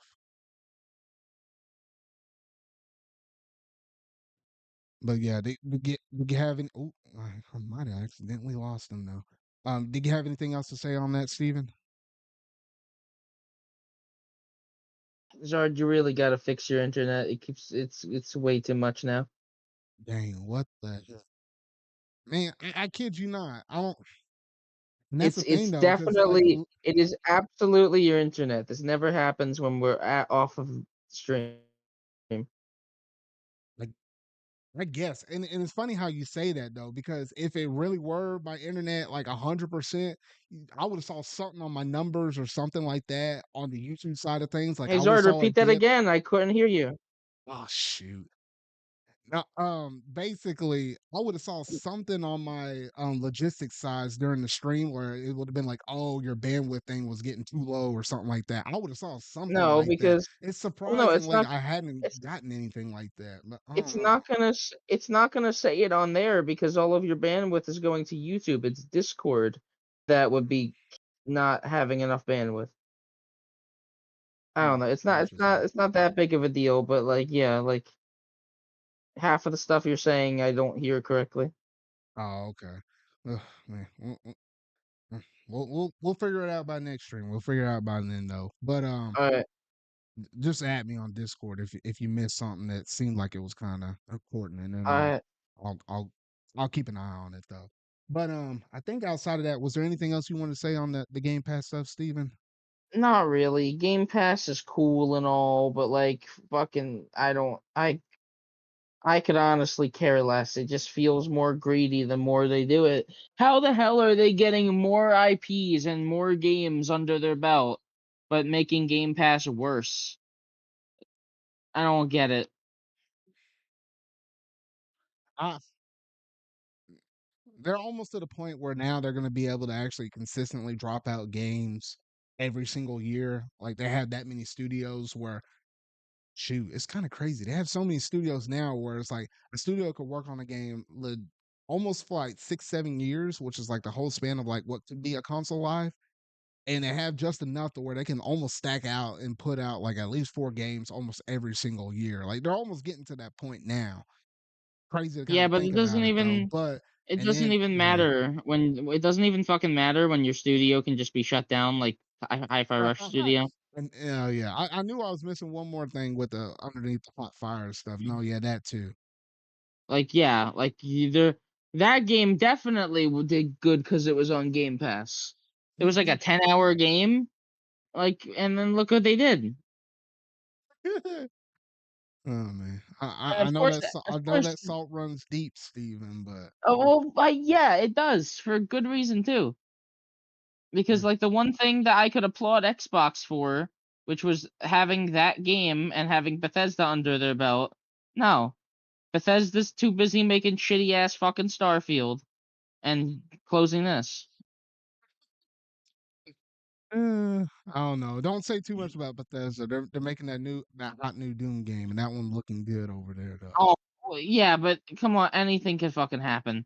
Just because it's a Doom game doesn't immediately make me excited.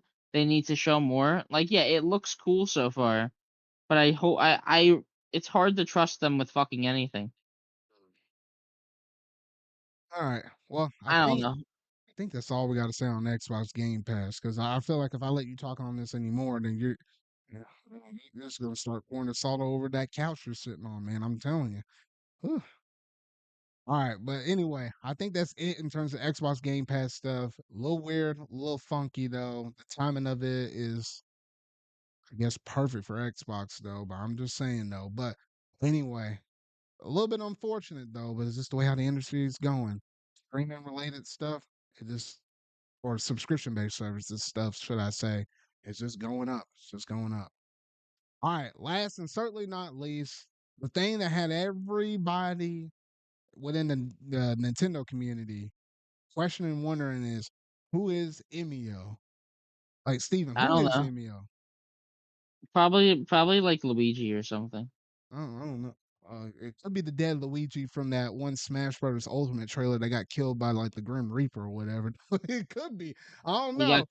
He got killed by literal death. Yeah, so I don't know. It could be a spirit from him though. I just It could like the be market. Puro. It could be him too. It could be him too. No, yeah, because I literally like the marketing for this. Like it literally just dropped out on like one random morning. I was scrolling on my phone on Twitter and I saw it on the Japanese Twitter account first. And I was like, what the heck is this? And I was like, wait, did they get hacked? That was my first thought was, did they get hacked? I don't know what I'm looking at first. And then I find the actual YouTube video for it on the American channel though, and I'm like, wait a minute. I was like, what kind of game is this? And I was trying to make sure it wasn't like no interactive experience or nothing like that though. But then when I saw the Nintendo logo flash at the end, it wasn't like no Capcom or Square Enix slapped on the end. I was like, wait a minute, is Nintendo making a horror game? Now I don't know if it I would have been hope like they are. internally. I don't know if it would be like an internal studio doing it or them partnering up with somebody else. But regardless, my gut was telling me they're doing a first party horror game. And when I saw this, I was like, oh my gosh. Like that's crazy. I think the last one we had was like Eternal Darkness on the GameCube and stuff. Obviously they didn't There, make it, but it's like part of their IP though. But there was one called Geist. and I think guys that was also done, but I don't think they actually own the IP for that one though. But that's like more like a second party ish thing. I heard people talking about that one too. I Well, feel I like don't know if maybe they. not, but I don't know necessarily if they own Eternal Darkness. They published it. I don't know for sure though. But yeah, but yeah, even for something that they publish on their system though, whether they fully owned it or not, having an M-rated game from Nintendo in general is just rare to see. Like the highest they usually will go up is like T for teen. Like I remember back in the day, Super Smash Brothers Brawl, believe it or not, like now it's like, Smash Brothers is like E or E10. But like for Brawl, it was rated teen. And that's about like as high as they like to push it. Like you can think about that, or more modern day series now, you're thinking about like your Fire Emblem series, that's rated teen, and Xenoblade, because it's like the language and stuff that they usually will say occasionally from time to time, though, that makes it rated teen, Yeah. along with some other ideas and stuff they put up in there, though. But that's the most that Nintendo usually likes to push the envelope, though. But man, a rated M horror game. Oh, Also, did you see what like Australia rated this game for? Like okay. suicide, domestic abuse, God fucking. dog it, Steven, you weren't supposed to say that name on YouTube. Okay, luckily I'm not monetized or whatever though. YouTube's a little funky with that one word that you just said when you self-in Oh yourself my though. I god. know it's weird. You can It say everything makes else. no sense. You can say everything else on that little Australian rating thing. Luckily, I'm not monetizing this thing though. And I have to make a Either note, even if I did in the future though. But you know what we're YouTube talking sucks. about. Yeah, you know what we're talking about. We're talking about when you go not alive. There, how about that? Yeah, but yeah, so it's just interesting because Australia having all of that stuff listed out for their ratings and stuff. I was like, dang, what in the world is Nintendo over here cooking? And we don't have too much. Like that trailer was only 20 seconds long. We had the dude over here in like a trench coat. It looks like a Japanese man. Emio, the only thing that people could really find out was it's translated from Japanese as smiling man. So obviously he has the paper bag over his head with like a smiling mask. Essentially, that's all we know. And that's it. They have a website on Nintendo's website URL, and I think depending on what time you click on it or whatever, there's like two different things that can actually show. One's like a zoomed in shot, or one's like a far away shot. And that's all we know at this point of this recording, though. So that's all we know. So everybody So and their mama's been speculating what this possibly could be. so Bloober Team has been working on an unspecified project that is exclusive to Nintendo platforms.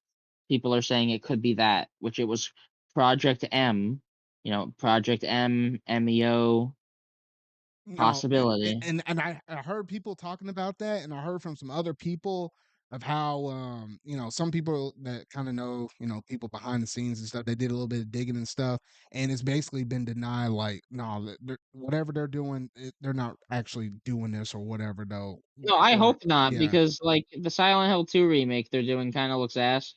And yeah. I don't even care about Silent Hill 2, but like it just does not look good. So I don't think they're the ones behind this though. So it's gonna be interesting. Whoever happens to be the studio for it, I kn- my gut's definitely telling me this is not a first party developed studio. Like it was funny, Steven. The other day we were just in a Discord call going through and just talking about all of these different studios that Nintendo owns. Like I don't expect the Retro Studios or a Next Level Games or something like that. One Yeah. Up Studios, You the R and you D departments. None of those. I don't think they had the experience and the knowledge to be able to create a horror game. They got close with some scary I games like Famicom I Detective Club, but nothing on the lines of this. I genuinely think that it's gonna be one of Nintendo's most internal studios. I think this is gonna be a game worked on by like some of the biggest people at Nintendo. I think they will If you partner up with somebody, but I don't think they will just have it all done by just one Now, studio I alone. have an idea. You're gonna think this is crazy. What if this is being done by the Zelda team? Heck no, man. No. Why? What do you Why what in do the you world? mean, heck No, no? no, no, no, They no, could no. they could do We just scary talked about shit. this the other. We just talked Yeah, about I this behind listen, closed doors the other I day. know this, but They're they making could a do whole some. studio for 3D Mario. What in the world do you not think that they're not making a whole nother studio for just the Legend of Zelda, the 3D one moving forward though? And we already know about Echoes of Wisdom and stuff that's almost basically at the finish line right now. I don't think so, Steven. I don't think I so. If this is like a joint venture between like Nintendo and someone else, like I could totally see like the Zelda people doing this because specifically the Zelda people, they're pretty good with like those scary visuals. Especially, I was thinking the beginning of Tears of the Kingdom actually spooked me, and like the monster designs they come up with. I'm just saying, if Nintendo was ever to do a horror game, I think the Zelda team would be great for it, giving it that style. But speaking of Legend of Zelda, I think I figured out who Emio is, Stephen. All right, this is the hot Oh, scoop. This is my running theory. I'm gonna run with this thing until it's in the grave, though. The ID behind that or should I say person behind the mask, if we were to Scooby-Doo this mess though, I think it's the happy mask salesman from Majora's Mask, man. That you can't tell me that this man had to have some kind of beef and stuff. Like there's no way he would have had that Majora's Mask and stuff he would have gave to the Skull Kid without having some, dark history in the past in terms of him getting all them other masks. I'm just saying right here, this might be the origin story for the happy mask salesman. I'm just saying, Steven. I'm just what if saying. it's Tingle, huh? No, it can't be Tingle. Tingle's already dead. No, it could be Tingle. No.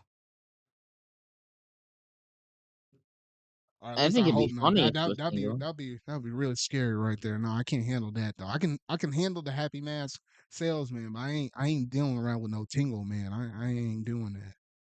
Yeah, I don't know. Whoever's doing this, I really hope it.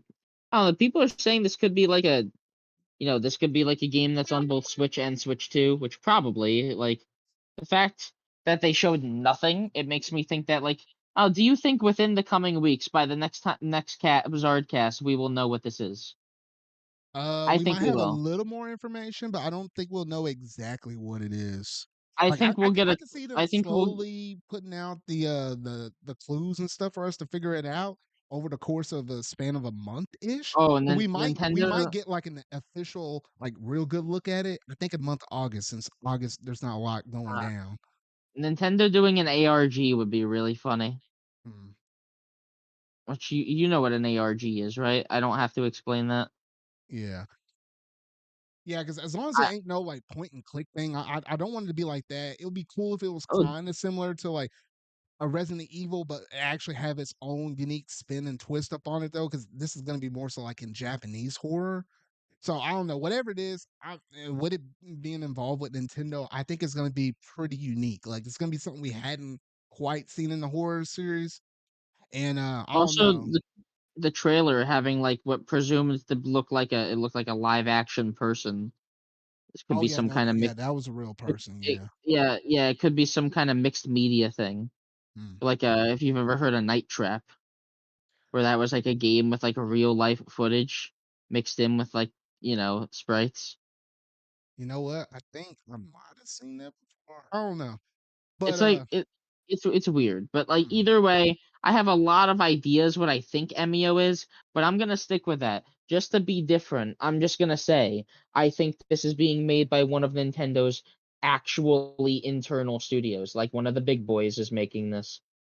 Okay, and then while you're saying that here, so we can have proof in the pudding, I'm saying that this is Nintendo working with another studio that has experience with some horror related games. I just Like don't see Nintendo Konami. or something like that. For example, it would be like them working with a Konami. Even though I doubt Konami would be the studio for it, though. It might be a studio that we barely heard of. I don't know. It's gonna be interesting though, but I don't expect it to be like no Square Enix, Capcom, or nothing like that. But nonetheless, though, it's gonna be interesting. It's gonna be interesting. So we're officially on that Emio hunt. We got to find this happy mask salesman. I'm telling you, that's the dude underneath that mask, Steven. I'm telling you. So we got to find this happy mask salesman and lock this man up because I ain't letting this dude around me though. Because man, if he threatens me and says, "Hey, look, I got somebody scary in the back of the trunk. I got a dead old tingle up in the car Yeah, hood." I'm Dead like, "Oh Pyoro no, up in the trunk. no, no, we ain't playing around with that mess here on this channel. I'll leave right now." Whew, all right. But I think as of now, that's it in terms of all of the major gaming topics within the gaming news that we had to go through and talk about tonight though. So now we'll go ahead and flip it over to a segment that we've been neglecting within the past few episodes. Finally we can kind of get around to this though, but what we've been playing.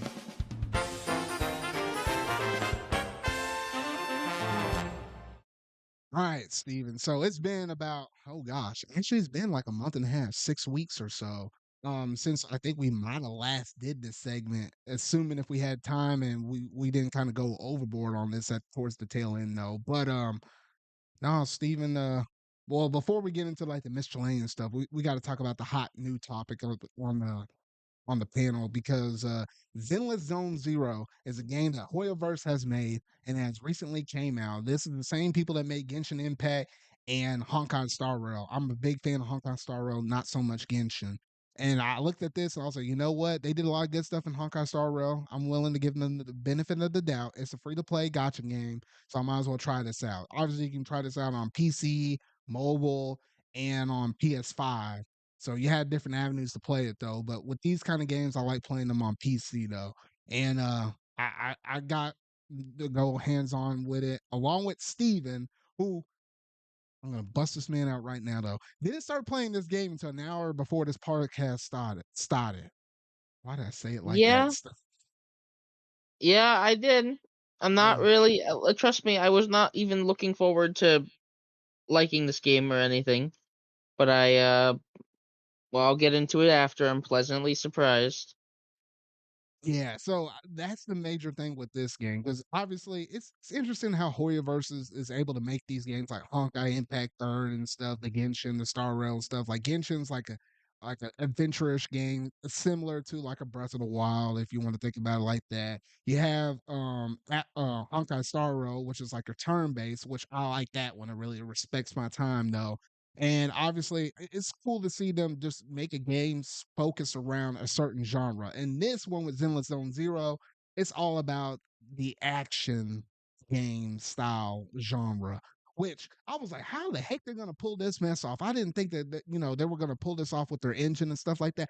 Somehow they managed to get this thing to work. Like I just love all of the different animations and stuff. It's so fluid and so expressive, a lot more so than any of their past projects that they managed to do. And gosh, if you look at some of the cutscenes and stuff and how fluid that these are in terms of like the raw emotion that's put up into some of these things, though, this has a lot more flavor and spices than I would say even some modern AAA games nowadays from some studios out there, though. So for that reason alone, I was like, all right, I'm already kind of sold up on it though. I'm curious about the world. It's really gonna be how well does the combat play out though. I'll leave it there for now though. But Steven, what was kind of like your opening raw impressions?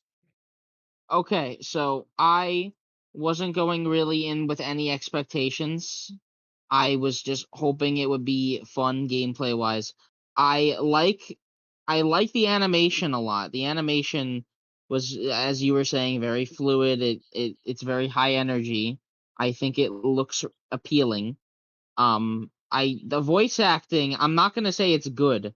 I think it's funny. Billy Kid is good. I Billy Kid's voice actor is really going fucking miles with it. He sounds like I don't know if you've ever watched Gravity Falls. He sounds like the villain from Gravity Falls, I saw a which is couple of episodes, but that ain't my show. yeah, but like he sounds like one of the villains, like with the fucking voice filter on him. Billy Kid's great. I like him a lot. He's a dumbass from the looks of it. I'm not into the game at all yet, but he's got a cool design with the jacket, and I like his voice. So he's the best character so far. Okay, yeah, and you'll run across more of them as you keep playing the game, though. At Yeah. least where I'm at currently in the story, without giving away any spoilers and stuff, my internet level, which that's like your user level, like you have to raise that up certain or so many levels in order to unlock more features in the game, like to be able to have access to upgrading your skills for your characters or upgrading level caps or your W engines, which that's basically like the item in the game, the W engine that basically focuses on your attack stats or any kind of other special effects that might be associated with whatever engine you happen to equip on whatever character you want to attach it with, though. So yeah, so increasing that overall big level will determine how many other things you're able to do within the main story because they do kind of block you off until you hit some of those level caps and bust them and anything else in terms of upgrading the level though. So I think currently right now I'm like Level 33 is where I'm at right now. So I think there's like one last major story beat thing I'm able to do before then I have to wait till like the next major update though. So I almost saw basically almost everything you can up in this game though. But in terms of like the main characters of this game, you have Wise and Belle, a male and a female protagonist though. So obviously you choose one or the other though. I chose Wise. Steven, who did you choose? I was that was that the choice of who your main character is? Because I chose Wise. Oh yeah. So yeah, you chose Yeah, Wise. Okay. he's I don't know. I don't necessarily. I think their designs are like my least favorite in the game. All of the other characters have like pretty, I wouldn't say memorable, but pretty flashy designs. They they don't really look all that interesting to me. Now, part of Um, that might be because Wise and Bell, there aren't actually like playable units that you do battles with. Like the yeah. whole premise of these two, and even if you choose Wise like us, like choose the guy or whatever, though, the sister character, because they're both siblings, they're still prevalent in the story though. So it's not like they're gonna disappear. So kind of think like Genshin, as you will, like you choose the male or the female in that game and the other one still exists in the story though. So yeah, they're both siblings. They're both called Faith, and it's like their code name, and they're basically called proxies. Basically, people that are like guiding people through these different hollows. Which these hollows are like think of like some distortions and stuff like that, where it's like like a imagine someone like just dropped a bomb somewhere and you create this distorted world and stuff. It's like broken stuff everywhere and stuff. Like it's like hard to navigate around, but if you stay in this area for too long, you'll get corrupted and you can turn into these things called like ethereals and stuff. Like they're like basically some of the enemies and stuff you can encounter within these weird spaces and stuff. So yeah, the time period where this game is, it's like post apocalyptic, but it's also future realistic, but it's also kind of retro at the same So time. It's so weird because like you run like a videotape store in this game, like actual like VHS tapes, like you're giving those out to people. It's so weird, but I think it kind of perfectly speaks to me because I grew up in the old period and also some of this other new technology that they got. So I don't know. People around my age are probably going to appreciate this game quite well. I'm just saying though. But what were you about to say, Steven? I would fuck. I had it in my mind. Um. Oh my god. I was gonna say about the story. Oh yeah, I was gonna say the subspace emissary, like the subspace bombs, is what you Yeah, made me think of. basically, It's yeah. like fuck, but yeah, like the game does a very good job at introducing like the story. Like like they kind of they show don't tell, I guess. Mhm. Oh wait, what? Like the story thing. Like they don't need to have a whole exposition dump about like, oh, this is our world, this is what's happening. I do like I do like the writing in some areas. The voice acting's not all that great, but the writing is pretty good. That one news reporter that just curses a bunch, I didn't expect that. Oh shoot, I'm glad you said that. Because some of the cutscenes, they're just like as fluid as like what you saw in the intro and stuff. And some of the cutscenes is literally like a page ripped out of a comic book or a Yeah, manga panel, which I love the 2D artwork that's showcase off within some yeah. story beat moments like that. Oh I yeah, do appreciate that's that. that's a good point. Usually it's just done to shortcut, but this game, like the artwork is actually pretty good. Like it doesn't feel necessarily like a shortcut because the art is still definitely good art. Yeah. Like if I was gonna say a game I can definitely think of it was used as a shortcut. Did you ever play Bayonetta? The first Bayonetta, yes. It just when it randomly transitions to like slideshow cutscenes, it was fucking weird. Oh yeah. I don't know. Like games do that a lot, and I get why. It's like Xenoblade basically does that, but they still have movement in the cutscenes, you know? Hmm. Like there's a lot of cutscenes in Xenoblade games where they don't move that much or they're using their basic field animations, which works, but like Zenless Zone Zero at least keeps it interesting. They keep swapping between three different types of cutscenes: the storybook cutscene, the Xenoblade type cutscene where they're just all sitting in like their idle poses discussing stuff with voice acting. Oh yeah, that's another thing. There's voice acting in basically the entire game, which I always like to see. Not even the voice acting isn't necessarily high art or anything, but like it's nice to see a game fully voice acted. or at least in those heavy moments towards the beginning, you'll see it though. Obviously, like, with a game this big, not every little dialogue will be like you have NPCs and stuff with the text boxes and stuff, and lower beats during the story mode. They'll have some things. So it's not 100% like these games, like as big as they are with Hoyoverse games, not every lick of stuff is going to be voice acted, but the important big stuff always is. So that's what I really like. But Yeah, trying to think. Okay, so yeah, so that's kind of some of the basic world building stuff like that. So overall, really cool. Belle is one of my favorite characters. The sister, the younger sister, in comparison to Wise and stuff. I don't know. I just like how she's like the more happy-go-lucky, kind of free-spirited. Kind of like the younger sister will kind of bug you a little bit, while the Wise is like the more mature, older brother, whatever. That's kind of the duo comparison that these two are running back and forth, though. But obviously, that's the world building. We discussed about that. The other half is the combat, which this is where they really sold me on this one though. So with it being an action-based game, you're used to kind of going around hacking and slashing and whatnot though. You just hit your whatever combos or whatever though. This game does it very unique to the fact that where when you go into battle, you get to have three characters you get to select, right? And obviously, the more and more you play beyond the first couple hours in the game, the more they'll add on to the layers of this, though. So this is kind of like a little bit of a heads up for you, Steven, though. But you have your basic attack, right? Yeah, so you can hit that 1, 2, 3, 4, whatever you want. Then you have your skill where you have like a skill meter in like the top left corner, and once it hits like the halfway point or the full way mark, then your skill does like additional damage if it's like halfway full or full way through. And then there's a parrying and a dodge system. So obviously, like if the enemy makes like a red like flash right before they attack, that's when you want to dodge. Or if they make an orange flash, that's when you want to parry. If you hit the parry button, not only do you block that attack, you switch out characters and then you go back in and do a rush down on them for additional damage. So it's like timing out the parry or timing out the dodge that kind of does like a slow mo, and then you can kind of lay on the combos and stuff. It's just really cool. You have all of that. Then obviously you have a button for your ultimate, and it's just kind of rinse, wash, and repeating all those different combos over and over and over. Now, when you yeah, put it all into action, it just looks freaking phenomenal and it looks yeah. beautiful. I will admit it looks pretty nice. I think I just gotta get further into the game because right now it it is a little repetitive. I'm glad there's a difficulty option. I don't know if it gives you more rewards, but I'm Oh yeah, glad it it's does. yeah. I Now, like, maybe this is like a petty thing to say, but games nowadays don't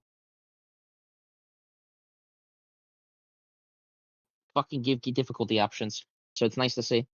yeah, because I think in terms of difficulty, when you're doing the main story through the first time, it's like easy mode.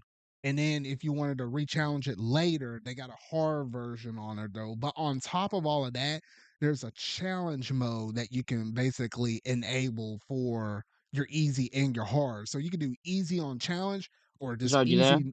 Oh, did I lose you again? Hold up here. Yeah, you did. Okay, here we go. Think we're back. So, Uh, Stephen, what I was saying was there's like an easy challenge, easy no challenge, hard no challenge, hard with the challenge. So technically, there's like four different difficulties. You want to get technical with it though. okay. But the way how I play it is, I just leave the challenge mode on. So then I'll just either do it the first time through on easy, and then if you want to do the rerun on it tougher, then you can do the hard mode. So there's options for you depending on how well you're versed on in terms of like action gameplay and stuff like that. Yeah, I've seen a couple of the options. It's definitely an interesting game, gameplay wise. I've seen people comparing it to Devil May Cry. Not even fucking close. No, I mean there's some things that obviously because this If is we're a talk- gotcha game and stuff like you can go extremely deep up in it. They're still trying to incentivize yeah. people to kind of keep coming Oh back and yeah. No, paying here's the money thing. and stuff. Yeah. Yeah, I just no, I'm not saying it's a bad thing. I'm just saying that the people comparing it to Devil May Cry are stupid. I Mhm. think, especially because you got to remember this is a mobile game. I think it's surprisingly well designed for being a mobile game. Like they needed to make it work for mobile, which I think they did a pretty good job with. If you ask me. Oh yeah, I just don't understand. Like I can understand people playing Genshin on mobile, especially Honkai Star Rail, since that's all turn based. Makes sense. Anybody out here that's playing this on mobile for Zenless Zone Zero, and they're not using like the weird old grips that you can attach on the side of your cell phones to play with actual like controllers or whatever, though. Hats off to you, because I could not play an action game with this many inputs and stuff like that and expect to play it like that. I don't know.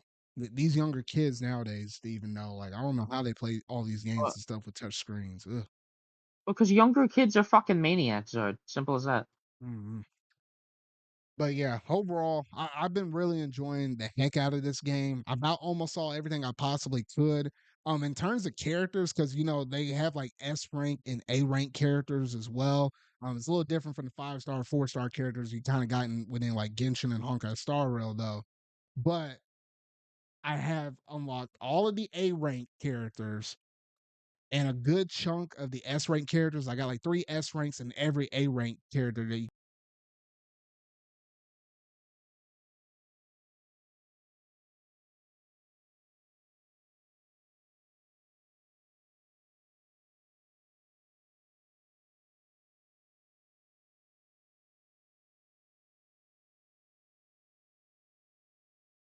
You there, Zard? Hello?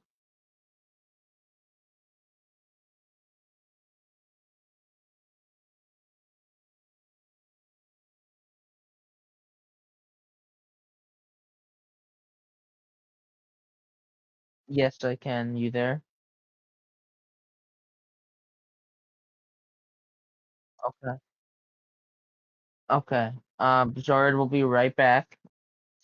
Technical difficulties. Sorry about that again. Um, but yeah, game is fun. I haven't really unlocked much. I can't say that I'm that far in, but I can say I'm liking it, and that's what matters to me. Is that it's a game that I think is yeah, I could see myself playing it again. I'm not gonna. I don't know. I don't know if it's greedy with the live service mobile game stuff yet. I haven't gotten there yet, but the main gameplay is simple enough to where you could just sit and happily see a lot of effort put into it. Um, I don't vibe with fucking character designs besides Billy, but like they tried. It's mostly that with the Genshin games. The art style in the Genshin games always kind of turns me off a bit, or maybe it's just the character designs themselves. I don't know. It's either the art style or the character designs that kind of just don't scream as very original to me or very interesting. Except for Billy Kid. Billy Kid is fucking awesome. all right. He's the highlight of my 2 hours. All right, you can hear me now, Steven. Yes, I can hear All you right. now. But yeah, so what was it? I'm trying to remember my train of thought. I kind of lost A it. ranks and S. You Oh, something A about rank having and all the S. A ranks Okay. and S ranks. Yeah, yeah, yeah. So I have 3 S rank characters, and the three that I have Ellen, who's like on the current banner right now. So like they run some banner Steven for a period of time, and if you miss it, you just have to wait until they kind of reappear back on the banner again though. So they have like some exclusive, run events or whatever though. So I have her unlocked. I have Agent 11, and then I have the wolf dude. I don't remember what the dude's name is though, but apparently it's like a wolf dude, and he's a rank S character and stuff. Then I have all the other rank A characters, so I'm only missing 4 characters in the game though, and that's where things get a little tricky with your gotchas and stuff like that. Those because it takes time to kind of accumulate all the resources you need in order to do summons. But they are kind of generous at the start of, when you begin the game, because it's like you log in every day, you get a free summon like that. And then also, if you get your level up high enough, then it'll just give you 10 summons for like every 10 levels that you get your internet level or something like that up. So overall, or 10, no, every 10 or 5 to 10 levels, I think it's something like that though. But overall, they're pretty generous, at least with you getting started off.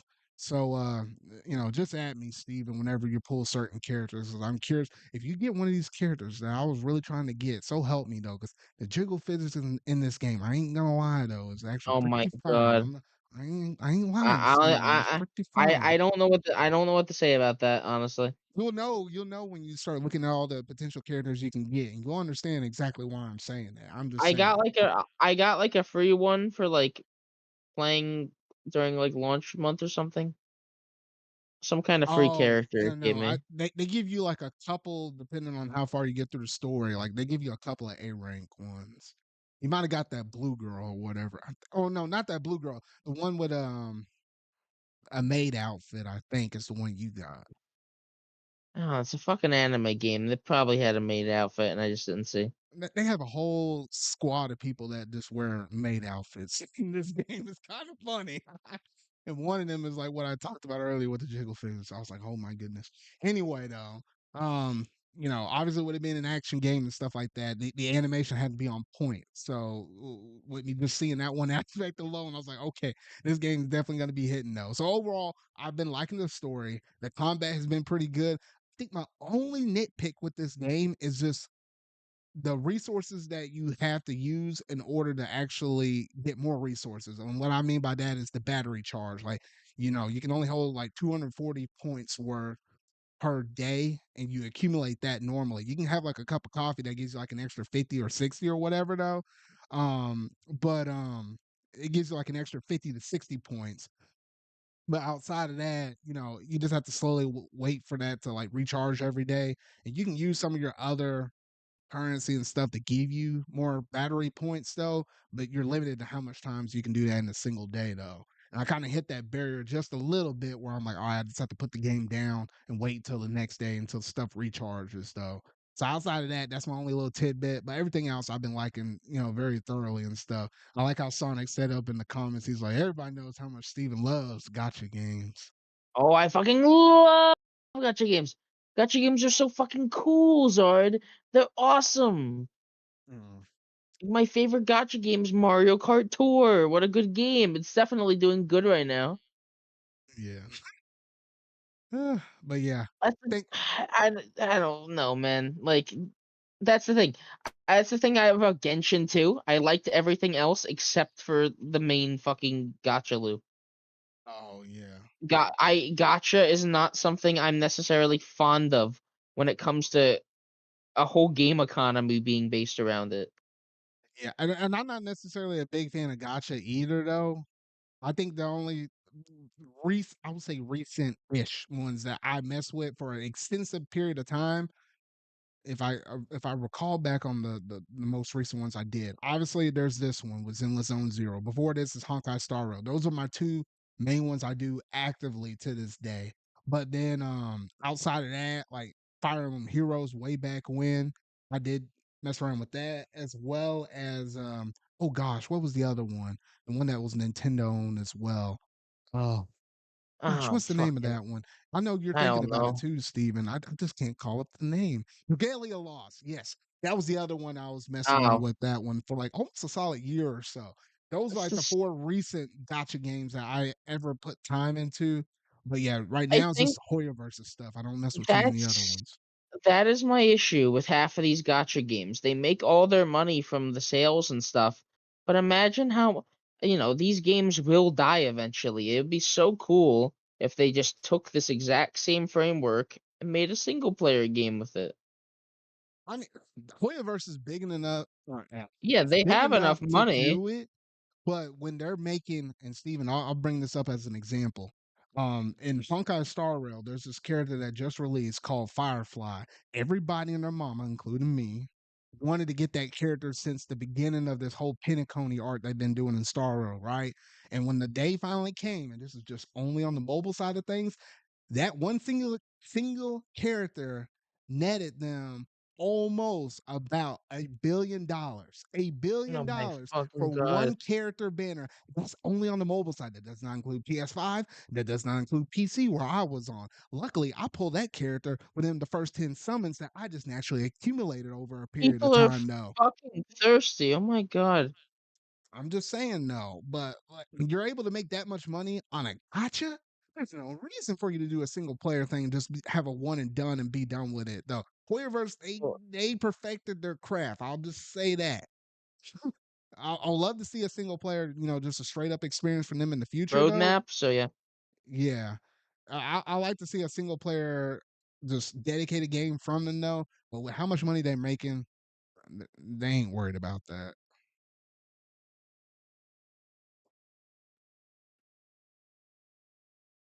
Ugh, but yeah, I think. Oh wait, ooh, hold up. Yeah, but Steven, I think outside of that, Yeah. um, yeah, I'm here. I think outside of that, I think that's all I have to say, at least on Zenless Zone Zero, unless there's something else that you wanted to bring up. Not necessarily. I haven't played enough to say much else. Mm. Now, and I saw that comment you made, Sonic. You said it rarely happens, but it does happen. Remember the Mega Man one? Was there a Mega Man gotcha game? Hmm. X Dive. Oh, hmm. Man, I feel like Mega Man has did this toes in almost everything too, though. Like, man, it's hard to keep up with a lot of those Mega Man games, though. But yeah, You say that, but Mega Man's kind of been dormant for a while, mm, ever since 11. Like yeah, yeah, that's like I true. don't know. Mega Man. Like there was a time where there was a Mega Man game coming out like every year, but not anymore. Nowadays, Mega Man kind of feels like one of those franchises that is barely holding on. Like Mega Man could have easily been like a Crash and a Spyro, where he could have died in the 90s, but he lived. Yeah. I think outside of that, that's all my thoughts on Zenless Zone Zero for now. And you'll probably hear me talk about the game maybe a little bit more. Who's to say? In just like the miscellaneous section of what we've been playing though. But outside of Zenless Zone Zero, Steven, what else have you been going through and playing recently? I've been playing Luigi's Mansion 2 HD. That is a fun game. It is just as good as the original, which is a hot take to even say, because I know for a fact Sonic specifically does not like Luigi's Mansion 2. He likes the first one a lot more, which I can respect it. Luigi's Mansion 2 isn't the best game ever, or probably even the best Luigi's Mansion game, but like it's still a fun game. And Yeah, it's the best version of Luigi's Mansion 2. I need So to for get that, around to getting to that game because I have it on 3DS, but at this point, now that they put one on Switch that's just on the big screen and whatnot, and it's remastered from the 3DS, I'll just wait until I can get that game for $40 or something like that. yeah, you But might as well. how far are you And in then that game? I'm in the second world right now. I'm calling them worlds because that's basically what they are. You go to six different, I think, five different mansions in that game. Okay. Uh, and they all have like a theme and stuff. They're designed relatively well. I like how they're designed. The thing that people don't like, the game is very divisive for its mission structure. Like, you don't just go through the mansions. You do, EGAD will be like, you have to go to this room and defeat this ghost. The mission's over. Okay, let me send you back to the hub and then select the next mission. You don't like freeform. You don't like just do it. Like Luigi's, think of it, you played Luigi's Mansion 3, right? Zard? Uh, oh yeah. Um, what do you say about Luigi's Mansion 3? I was asking, you've played it, right? Yeah, no, no. I have three. I Yeah. played and beat it. I have one. I played and beat it. Yeah, Luigi's Mansion 3 does this a lot better, where it had the hotel floors, where like the hotel floors, like it didn't feel like missions, it just felt like the next, I guess, like the next level. It didn't feel like I guess it was like Mario-fied in Luigi's Mansion 2, where like, oh, you go to the next world, you beat the next boss, you go to then another world. Felt kind of boring. Hmm. I don't know, but besides those couple things, I really do like Luigi's Mansion 2. It was Next Level Games did a fantastic job with animation and everything involving the visuals. It was very impressive for a 3D. It was very, very, very impressive for a 3DS game. As a Switch game, obviously, it doesn't look as good, but that's only because we have Luigi's Mansion 3 as reference. Like it's not Luigi's Mansion 2 HD's fault. Yeah. And it's funny because I think it was that comment that you mentioned about you liking Luigi's Mansion 2 over Luigi's Mansion 1 because Sonic said, "Dang, he wanted to hop in that VC so quick after you said that." Wait, wait. I did I say that it was better than 1? I don't think I think remember. I don't think I said that. you said something about 2 being somewhat better than 1, or you prefer 2 better than 1. I don't think Something I on the said lines that. with 1 and 2, something with the lines of 1 and 2, because otherwise, why would Sonic react like that? I think just me saying I like it. He's very adamant about not liking Luigi's Mansion 2. No, but Okay, yeah, besides that, something like that. You liking it and he really doesn't like it. I guess that's what it yeah, was. listen. It's a good game, but like my God, it really was not where the series should have went. Mm, It should have just they should have just made a new one with an even bigger mansion, not like trying to overhaul the entire gameplay loop. yeah. And then Luigi's Mansion 3 obviously showed that it was a bad idea because they changed it completely. But yeah, besides that game, I've been playing Fortnite once in a while, as per usual. Been playing mobile games recently, not Zenless Zone Zero. I've been playing Clash Royale, but that's about it, man. I've mostly just been watching YouTube in between. I've been, still on that work grind. Okay. Now, and I think at least for me personally, well, lately I would say since July 4th was when Zenless Zone Zero dropped out. Which, oh, hot dog, that's literally been like 2 weeks. Oh wait, no, 10 Yeah, days. It's basically been almost 2 weeks though. But yeah, for the past 10 days, that's what I've been mostly playing though. And then well, since there was like a segment like before the previous podcast where we didn't have this segment in the past episode, I played obviously a good chunk of this. I did manage to go pick up Final Fantasy 16 again, and I did manage to go through and beat Echoes of the Fallen, which is like the first half of that DLC for 16. Still need to do the second half. Oh gosh, what's that? The Rising Tide. I still need to do that, and once I beat that, then I'll be 100% done with that. So that's what I need to be working on next. Whenever I get these breaks with Zenless Zone Zero, because it had my hook on me so bad though. But yeah, I've been playing a little bit of that. Obviously, a little bit of Splatoon here and there, and I think that's been mostly it at least here recently. Now I do know since I didn't pick up Luigi's Mansion 2 and stuff, I have a little bit of time before the next big, I would say big major release for me to get, which is Visions of Mana, because I went all out about the collector's edition for that game though. It should be showing up in the mail in the month of August though. But I have a little bit of time. Obviously, yes, next week we will have the release of the Nintendo World Championship NES edition though. But at least that's not like a story game. Like it's a game you pick it up, you knock out a handful of challenges, you switch off to the next game, you pick it up later or whatever. Obviously, yeah. we'll try to do a race between me and you. I'll try to throw something up on the channel though, because I find it pretty pleasing to us have the race through. What was it like? One of the big longer challenges, which I think is like what 100% or not 100%. It's like basically beating um Super Mario Brothers. So it's like, trying to speed run through that whole game. Obviously, all the shortcuts and stuff. So you try to, do it underneath like I think it's like what you can beat it less than 10 minutes. So yeah, we'll probably do Really, something like that. Yeah. That's it's what really they're gonna rec- depend on how much Mario 35 you play. Yeah, no, I know I grew up on playing the original Mario Brothers. So I kind of I know that game pretty well though. So it'll be interesting to see how well we can race on that one. Yeah, But the world record for Mario Bros is like 4 minutes and 55 seconds. yeah, For the it's first, pretty quick. I ain't getting that low in my time, but it'll be pretty cool nonetheless, though. And I think that's all I've been playing here lately, though. I do need to think my goal is. Oh shoot, I do need to beat Super Mario RPG on stream. I still need to do that, and I still need to get around to playing Ace Attorney 6 because I want to beat Ace Attorney 6 before the Miles Edgeworth duology stuff drops out. So I do need to get on that.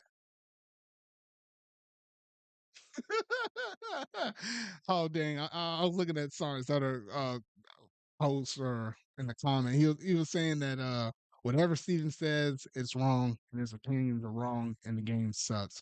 Probably referring to Luigi's Mansion 2. But oh my that, God, Man, that dude's popping off on you, bro. He just is very adamant about not liking Luigi's Mansion 2. Mm.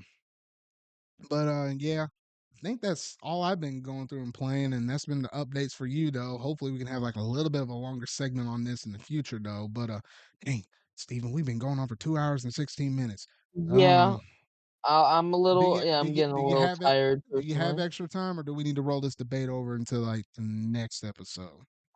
If you're fine with it, I'm perfectly fine with rolling it into the next episode. All right, we'll do that because like usually I like to keep these shows to 2 hours. I can bleed over to 15 minutes. We'll make an exception when the Switch 2 actually drops. That might be a 3 hour show.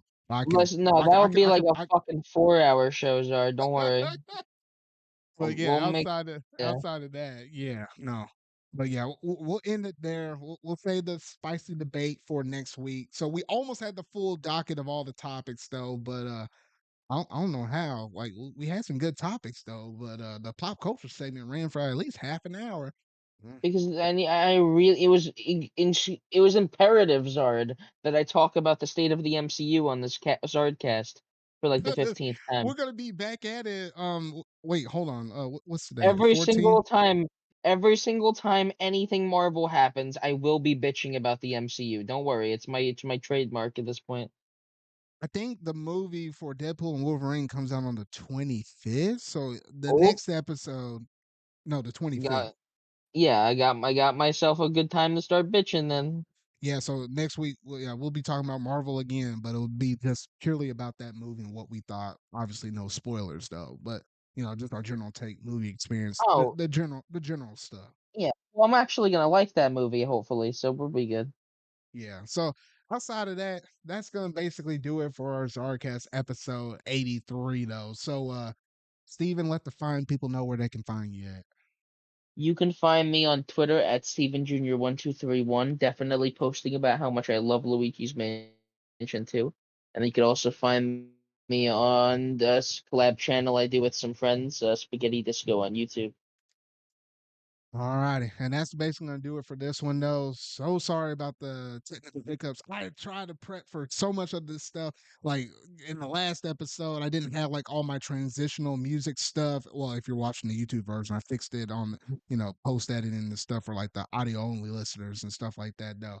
Fixed some issues and then some more popped up, more than I didn't normally experience in past episodes. So I apologize about all of that, though.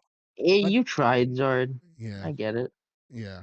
But yeah, that's gonna do it for episode 83. So if you really like this video, make sure to go and hit that like button. Go ahead and hit that subscribe button and that bell. That way you can stay up to date on all things gaming related. I feel like talking about and discussing though. And if you haven't been listening to this on one of my audio podcasts, whether it be Spotify, Amazon Music, YouTube Music, or was iHeartRadio and a couple other ones though. Just leave a review wherever you happen to be listening to this at, and just let people know we're just a couple dudes just love talking about gaming news, what we've been playing, and some pop culture segment stuff, and then obviously the occasional Marvel rant and stuff that Steven always likes to remind me and kick up this dead horse every time when we I get love the news, whether it's Marvel good rant. or bad. You always I, kick up that dead horse. Oh, I love talking about the MCU. all right. But yeah, that's gonna do it for episode 83, y'all. So remember, y'all, until whatever video I make next, until my Zarcast episode 84, I'll see y'all later.